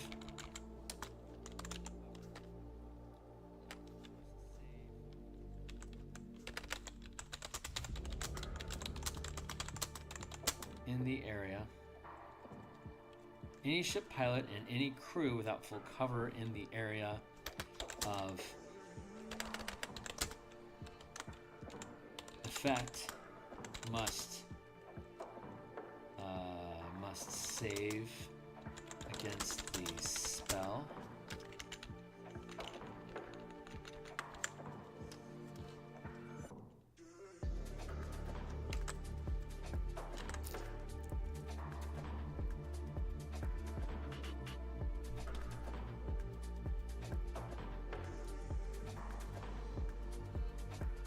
Cast the spell, you designate creatures to be unaffected by it.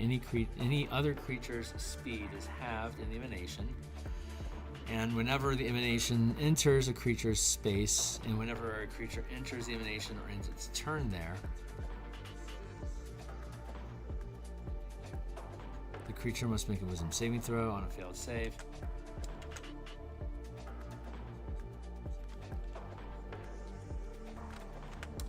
each turn it is affected, and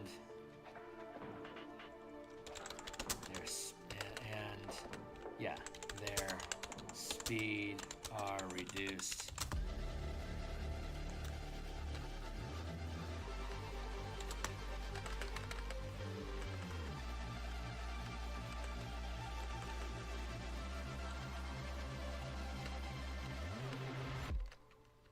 Must save against the spell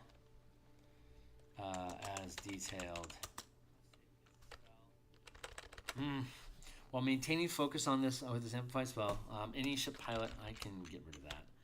Any ship pilot, I just want to buy up some more space. Any ship pilot and any crew without full cover in the area of effect must save against the spell.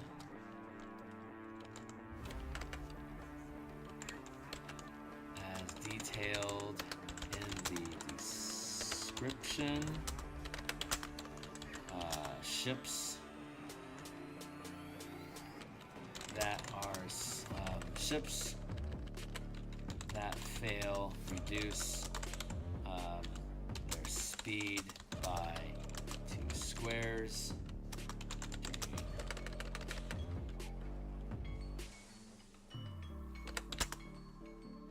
20-minute marker, thank you. Let's keep it going. 1, 2, 3, 4, 5, 6, 7. 1, 2, 3, 4, 5, 6, 7. Woohoo! All right, it fits. Very good. Yeah, perfectly. Fabricate. When you amplify the spell, you can fabricate an object up to 50 feet in size for each level of spell slot spent, up to 250 feet with a 5th level spell slot. The cost of materials to fabricate a ship is half the listed cost per 5 feet as detailed in the Spelljamming ship section above. Freedom of movement. When targeting a ship with a spell, it can't be grappled or scuttled. 50 feet, 500 feet. Staggering Smite. Let's go take a look at Staggering Smite. 1 page, 2 page, 3 pages.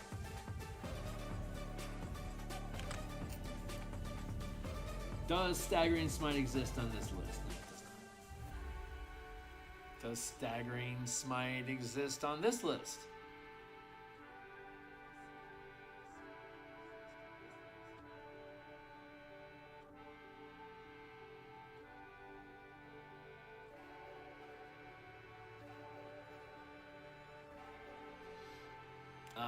No, it does not. Okay, so let's. What's its replacement? What do you got for us instead? Paladin.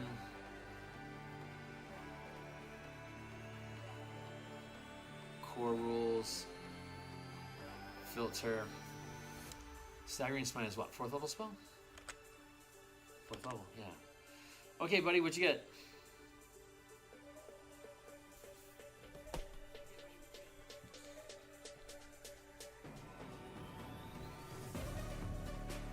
There it is. Staggering Smite. Oh, wait. Nope. Sorry.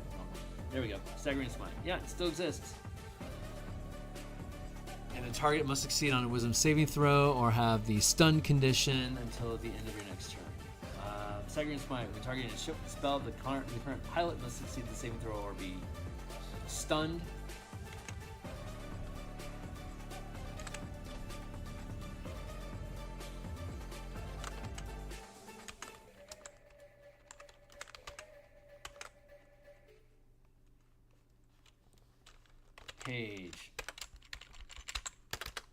Page 55, L, modify, Staggering Smite.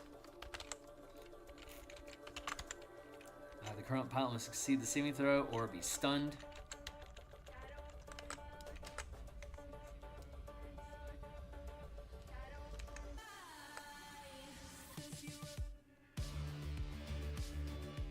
Stunned.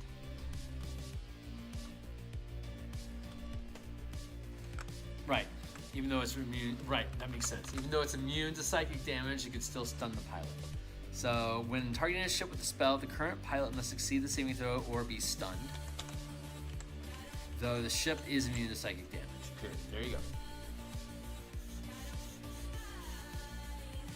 That's an expensive stun. May as well use Stunning Strike from the monk. Object. When you amplify the spell, you can animate an object up to 50 feet in size for each level of spell slot, amplifying the spell up to 250 feet with a 5th level spell slot. When a spell is animated, it doesn't have a ram. When a ship is animated, if it doesn't have a ram, you can choose a bludgeoning, piercing, or slashing ram, or change an existing ram if one is present. While commanding a ship this way without a pilot, the maximum speed of the ship is 500 feet per round. When a siege weapon is animated, it can be commanded to aim, fire, and reload as though fully crewed. The rank of the siege weapon is equal to the rank of the spellcaster, level 9 to 12, or CR 9 is 6 to 9, 3rd rank, 4th rank, 17 is 5th rank. Awaken. When you amplify this spell, you can target a ship constructed of light or composite material up to 50 feet in size for each level of spell slot, amplifying the spell up to 250 feet with a 5th level spell slot.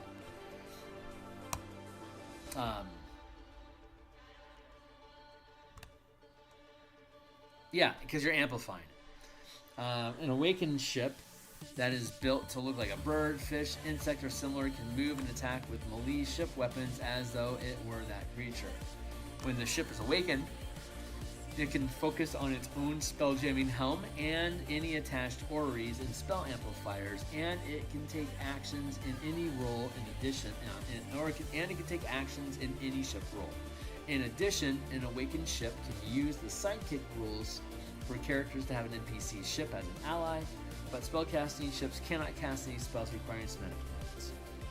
Awakened siege weapons can act as their own siege commanders and can aim, fire, and reload as though fully crewed. The rank of the siege weapon is equal to the rank of the spellcaster, which we have up here. Banishing Smite. If the target of this attack is a ship and all, if the target of the attack is a ship, it and all aboard are banished as per the spell description. 1 slot 50, 2 slot 500. Bigby's hand. Let's check on Bigby's hand to see if that's been changed. Hey, we might actually get done. That'd be a change of pace.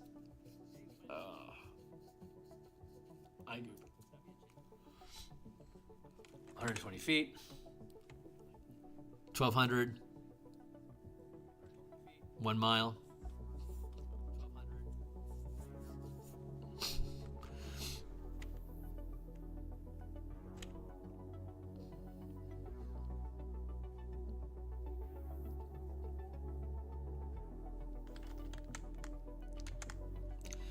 You can move the hand 500 feet per round. The spell is, you can move the 50 feet per round, you move 500 feet per round. The spell is further amplified as listed here. Clenching Fist. Damage from the fist remains 48 force damage. Forceful Hand. 1 slot, the hand can push an object or creature up to 50 feet in size and within 5 feet. Up to 50 feet in any direction. 2 slots, the hand can push an object or creature up to 500 feet in size and within 50 feet, up to the 500 feet in any direction. 1 slot, the hand can grapple craft up to 50 feet in size. 2 slots, the hand can grapple ships up to 500 feet in size. This automatically implies that you can hold a larger ship with a lower spell amplifier. Damage remains 2d6 plus your ability modifier. Interposing hand. 1 slot, the spell can interpose itself between you and the target up to 50 feet in size. 2 slots, 50 feet in size. No, 500 feet in size. Hey, that was easy. Create Spelljamming Helm. You can create a major Spelljamming Helm, though an orrery must be provided separately. Alternatively, you can downcast this spell with a 3rd or 4th level spell slot to create a minor Spelljamming Helm. Creation. You can create any object up to 50 feet in size for each level of spell slot spent, up to 250 feet with a 5th level spell slot. The material the ship is created from determines the duration of the spells listed below. Material, light, composite, heavy, 24, 18, 12. Holy Weapon. You can, when you dismiss the spell, the weapon creates a burst. Okay, let's look at Holy Weapon.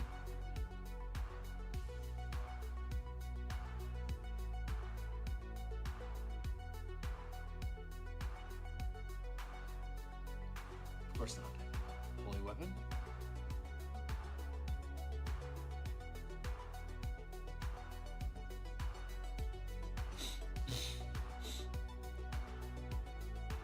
Holy Weapon.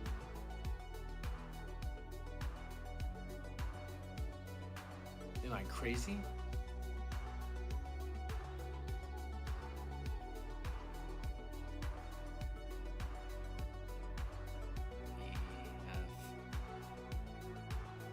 Holy Weapon, 5th level. Thank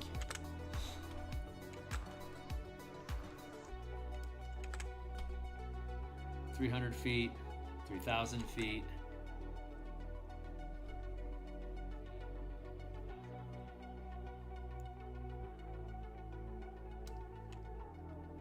Each creature of your choice that you can see within 30 feet Must make a Constitution saving throw on a failed save. The creature takes 48 radiant damage.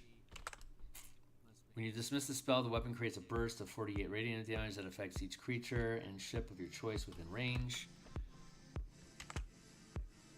300 feet, 3,000 feet. Actually, Big B's hand. 55 right.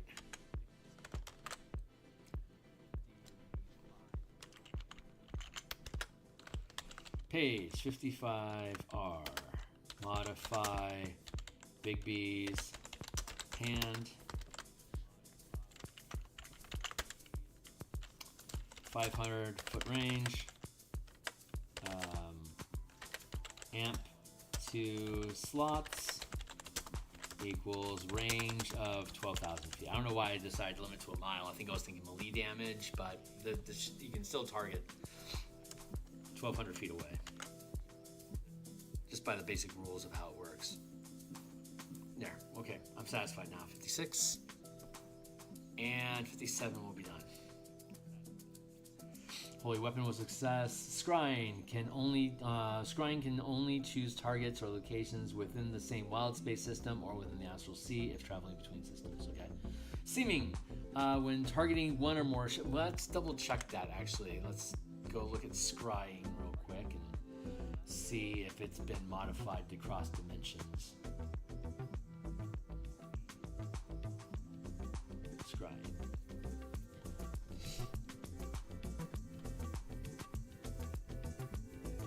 Same plane of existence. Okay, cool. That language still sticks. Seeming. When targeting one or more ships with this spell, you can make each ship appear as another type of ship, one square larger or smaller than the target, and seemingly made from any material. 300 foot, 3,000 feet, for example, star moth, occupying space. Okay. Is that accurate? Seeming?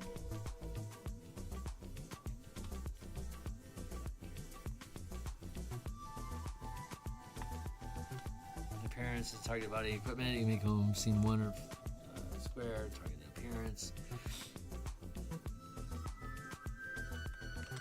Cool. The illusion cannot be revealed through aura scanning, but the illusion can be scrutinized when viewing with the naked eye. Creatures can inspect craft within 500 feet. Creatures can inspect vessels within 1 mile. Steal and strike. A pilot can make a mounted melee weapon attack, and with a craft up to 50 feet in size, you can attack targets up to 300 feet away. You can teleport to an adjacent unoccupied 50-foot space adjacent to one of the targets you attacked. 2 spell slots. A pilot can make a siege weapon attack again. Make a mounted a siege melee weapon attack is accurate. Siege melee weapon attack with a vessel up to 500 feet in size. You can attack targets up to 3,000 feet. You can teleport to an adjacent square 500-foot space adjacent to one of the targets you attack. Cool. Swift Quiver. When amplifying this spell, you can use your bonus action to issue additional commands to your crew. 1 slot. You can use your bonus action to issue 2 commands to siege crews, including attack or reload. With 2 spell slots, you can issue your bonus action issued to a squadron or a fleet, including attacks and reloads. 6th level Vulnerability. When the spell is cast normally, the spell can form a full sphere around you in wild space or the astral sea. 1 spell slot, the radius increases to 100 feet. Let's see if Global Vulnerability is still a 10-foot radius.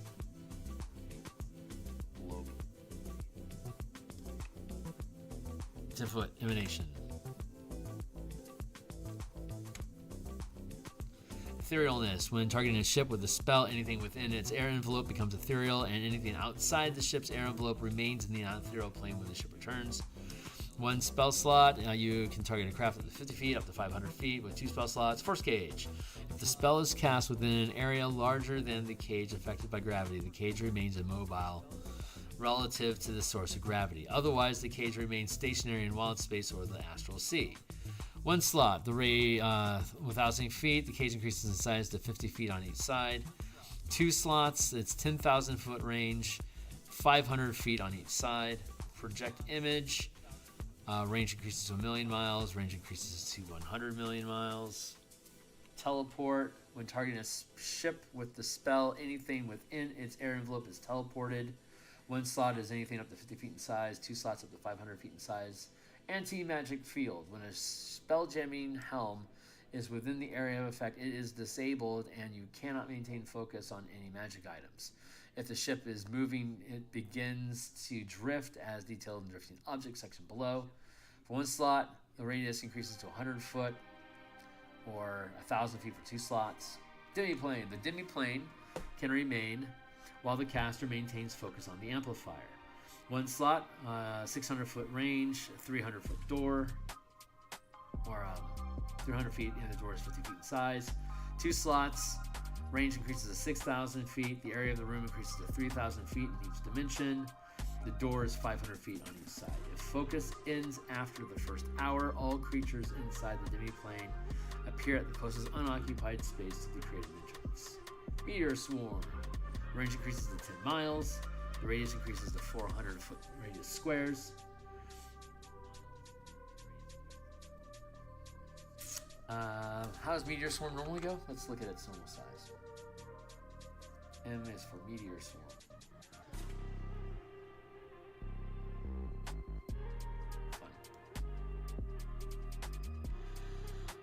Blazing orbs of fire plummet to the ground at 4 different points. You can see within range each creature in a 40-foot radius sphere centered on areas, so that'd be a 2x2 space at the 50-foot scale.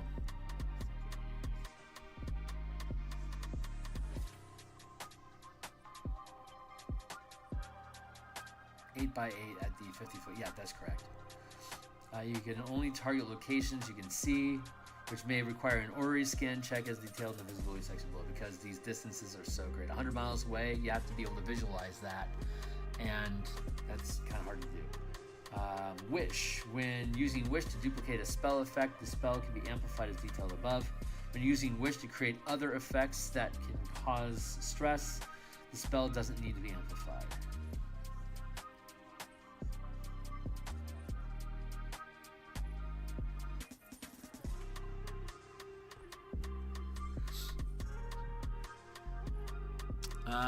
New spell, create ship.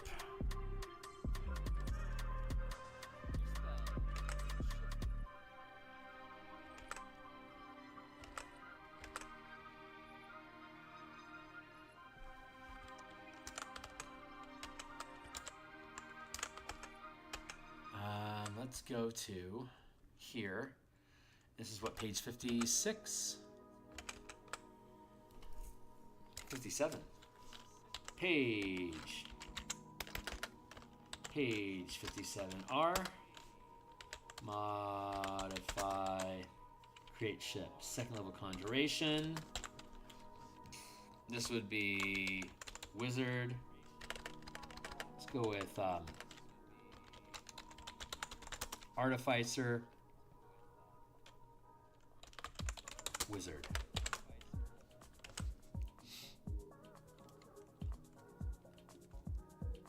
Yeah, these guys get that. No one else does. But we can add that spell to other people's lists once we get this updated. And that's only the modification that we needed there. And hey, we finished. That's the end of the spellcasting chapter. We have some modifications to make. It looks like all of these modifications will fit on their appropriate pages without messing up the layout at all. That's super awesome, good news for us. When we come back on Thursday, we'll start getting into the exploration chapter. And this is going to be 1, 2, 3, 4, 5, 6, 7, 8, 9, 10 pages. So I suspect we'll be able to get through this on Thursday night. So that'll be Thursday night, and then we're into hazards. So this will be Monday next week. 1, 2, 3, 4, 5 pages. We can get that done on Monday next week. Creatures Menagerie. I don't think we have any actual changes that we need to any of this. It's still current. So I'm just going to go ahead and assume that I'll look at that on my own time. We're going to skip that. Random system generator is just random table generation. I don't have any reason to change that. And then we're into converting lights to access. We already verified all the ship and siege weapon mechanics are all good. So this should all still be fine. We can do it. We can give it a glance. But it looks like we'll be finished with this conversion project by Monday, maybe Thursday next week. And then we'll update the book. And then once that's updated, we'll start focusing here on the Spelljammer subclasses. And we can edit those and get that cleaned up and start looking at actually building the book cover. We'll probably we might be doing Spelljammer art in the evenings once we get into this Spelljammer subclasses book. And when we finish the Eberron art, we have 11 images left. Well, with the image we're working on currently, we have 12 images left for the Eberron adventure. Once that's done, that opens up our weekday mornings. We'll probably be working on Spelljammer subclasses art.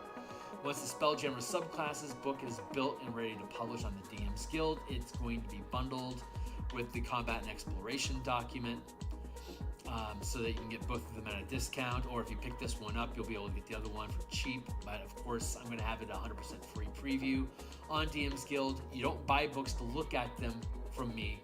You buy them because you looked at the books that I've already built and you want me to make more. That's why you give me money, because I give you everything up front for free. And if you like it, you can buy into it. I mean, tokens and stuff you have to download, but I mean, those are just accessories for making the thing run more smoothly. The actual ideas are free to understand.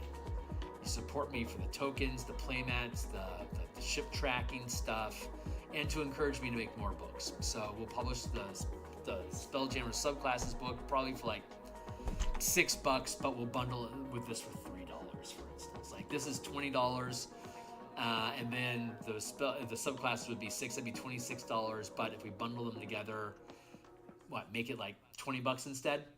So like make this 17, and then the other one make that 3, so it'd be $20 instead of $26 for the two of them. Maybe we'll drop this down to $15 in cost, $3 for the subclasses, and then publish 100 plus different asteroid rock tokens that we created for obstacles and space debris and shit. Maybe we'll put that on the DMsGuild for $4, and then bundle it down with this for $2. So this subclasses and the asteroid tokens would be $30, but if you buy them all as a bundle, it'd just be $20. So you're saving 33% off the total bundle right off the top, but you can still look at all of them. So, but that's it for now, guys. I'm going to go ahead and check out of here. I am really looking forward to being back tomorrow morning to continue working on the Eberron artwork for the Eberron adventure that we're publishing on DMsGuild. I'm looking forward to getting this, continuing updating this on Thursday, and then, God willing, finish on Monday, or if not, then Thursday next week. But that time frame is collapsing very, very quickly. So this should be up and revised for 2024 mechanics on the DMsGuild probably in the next 2 weeks or so, I reckon. Yep. So that's it for now, guys. I'm going to bounce out of here. And thanks a lot for everybody that's drifted through and checked this out. I'd love to have you show up to some of my morning art streams or check some of that stuff out. Check out some of the videos I made about spelljamming already. And if you want to join my Discord server, it's linked down below at no cost. And of course, all the books I've created that are free to view on DMsGuild are also linked down below.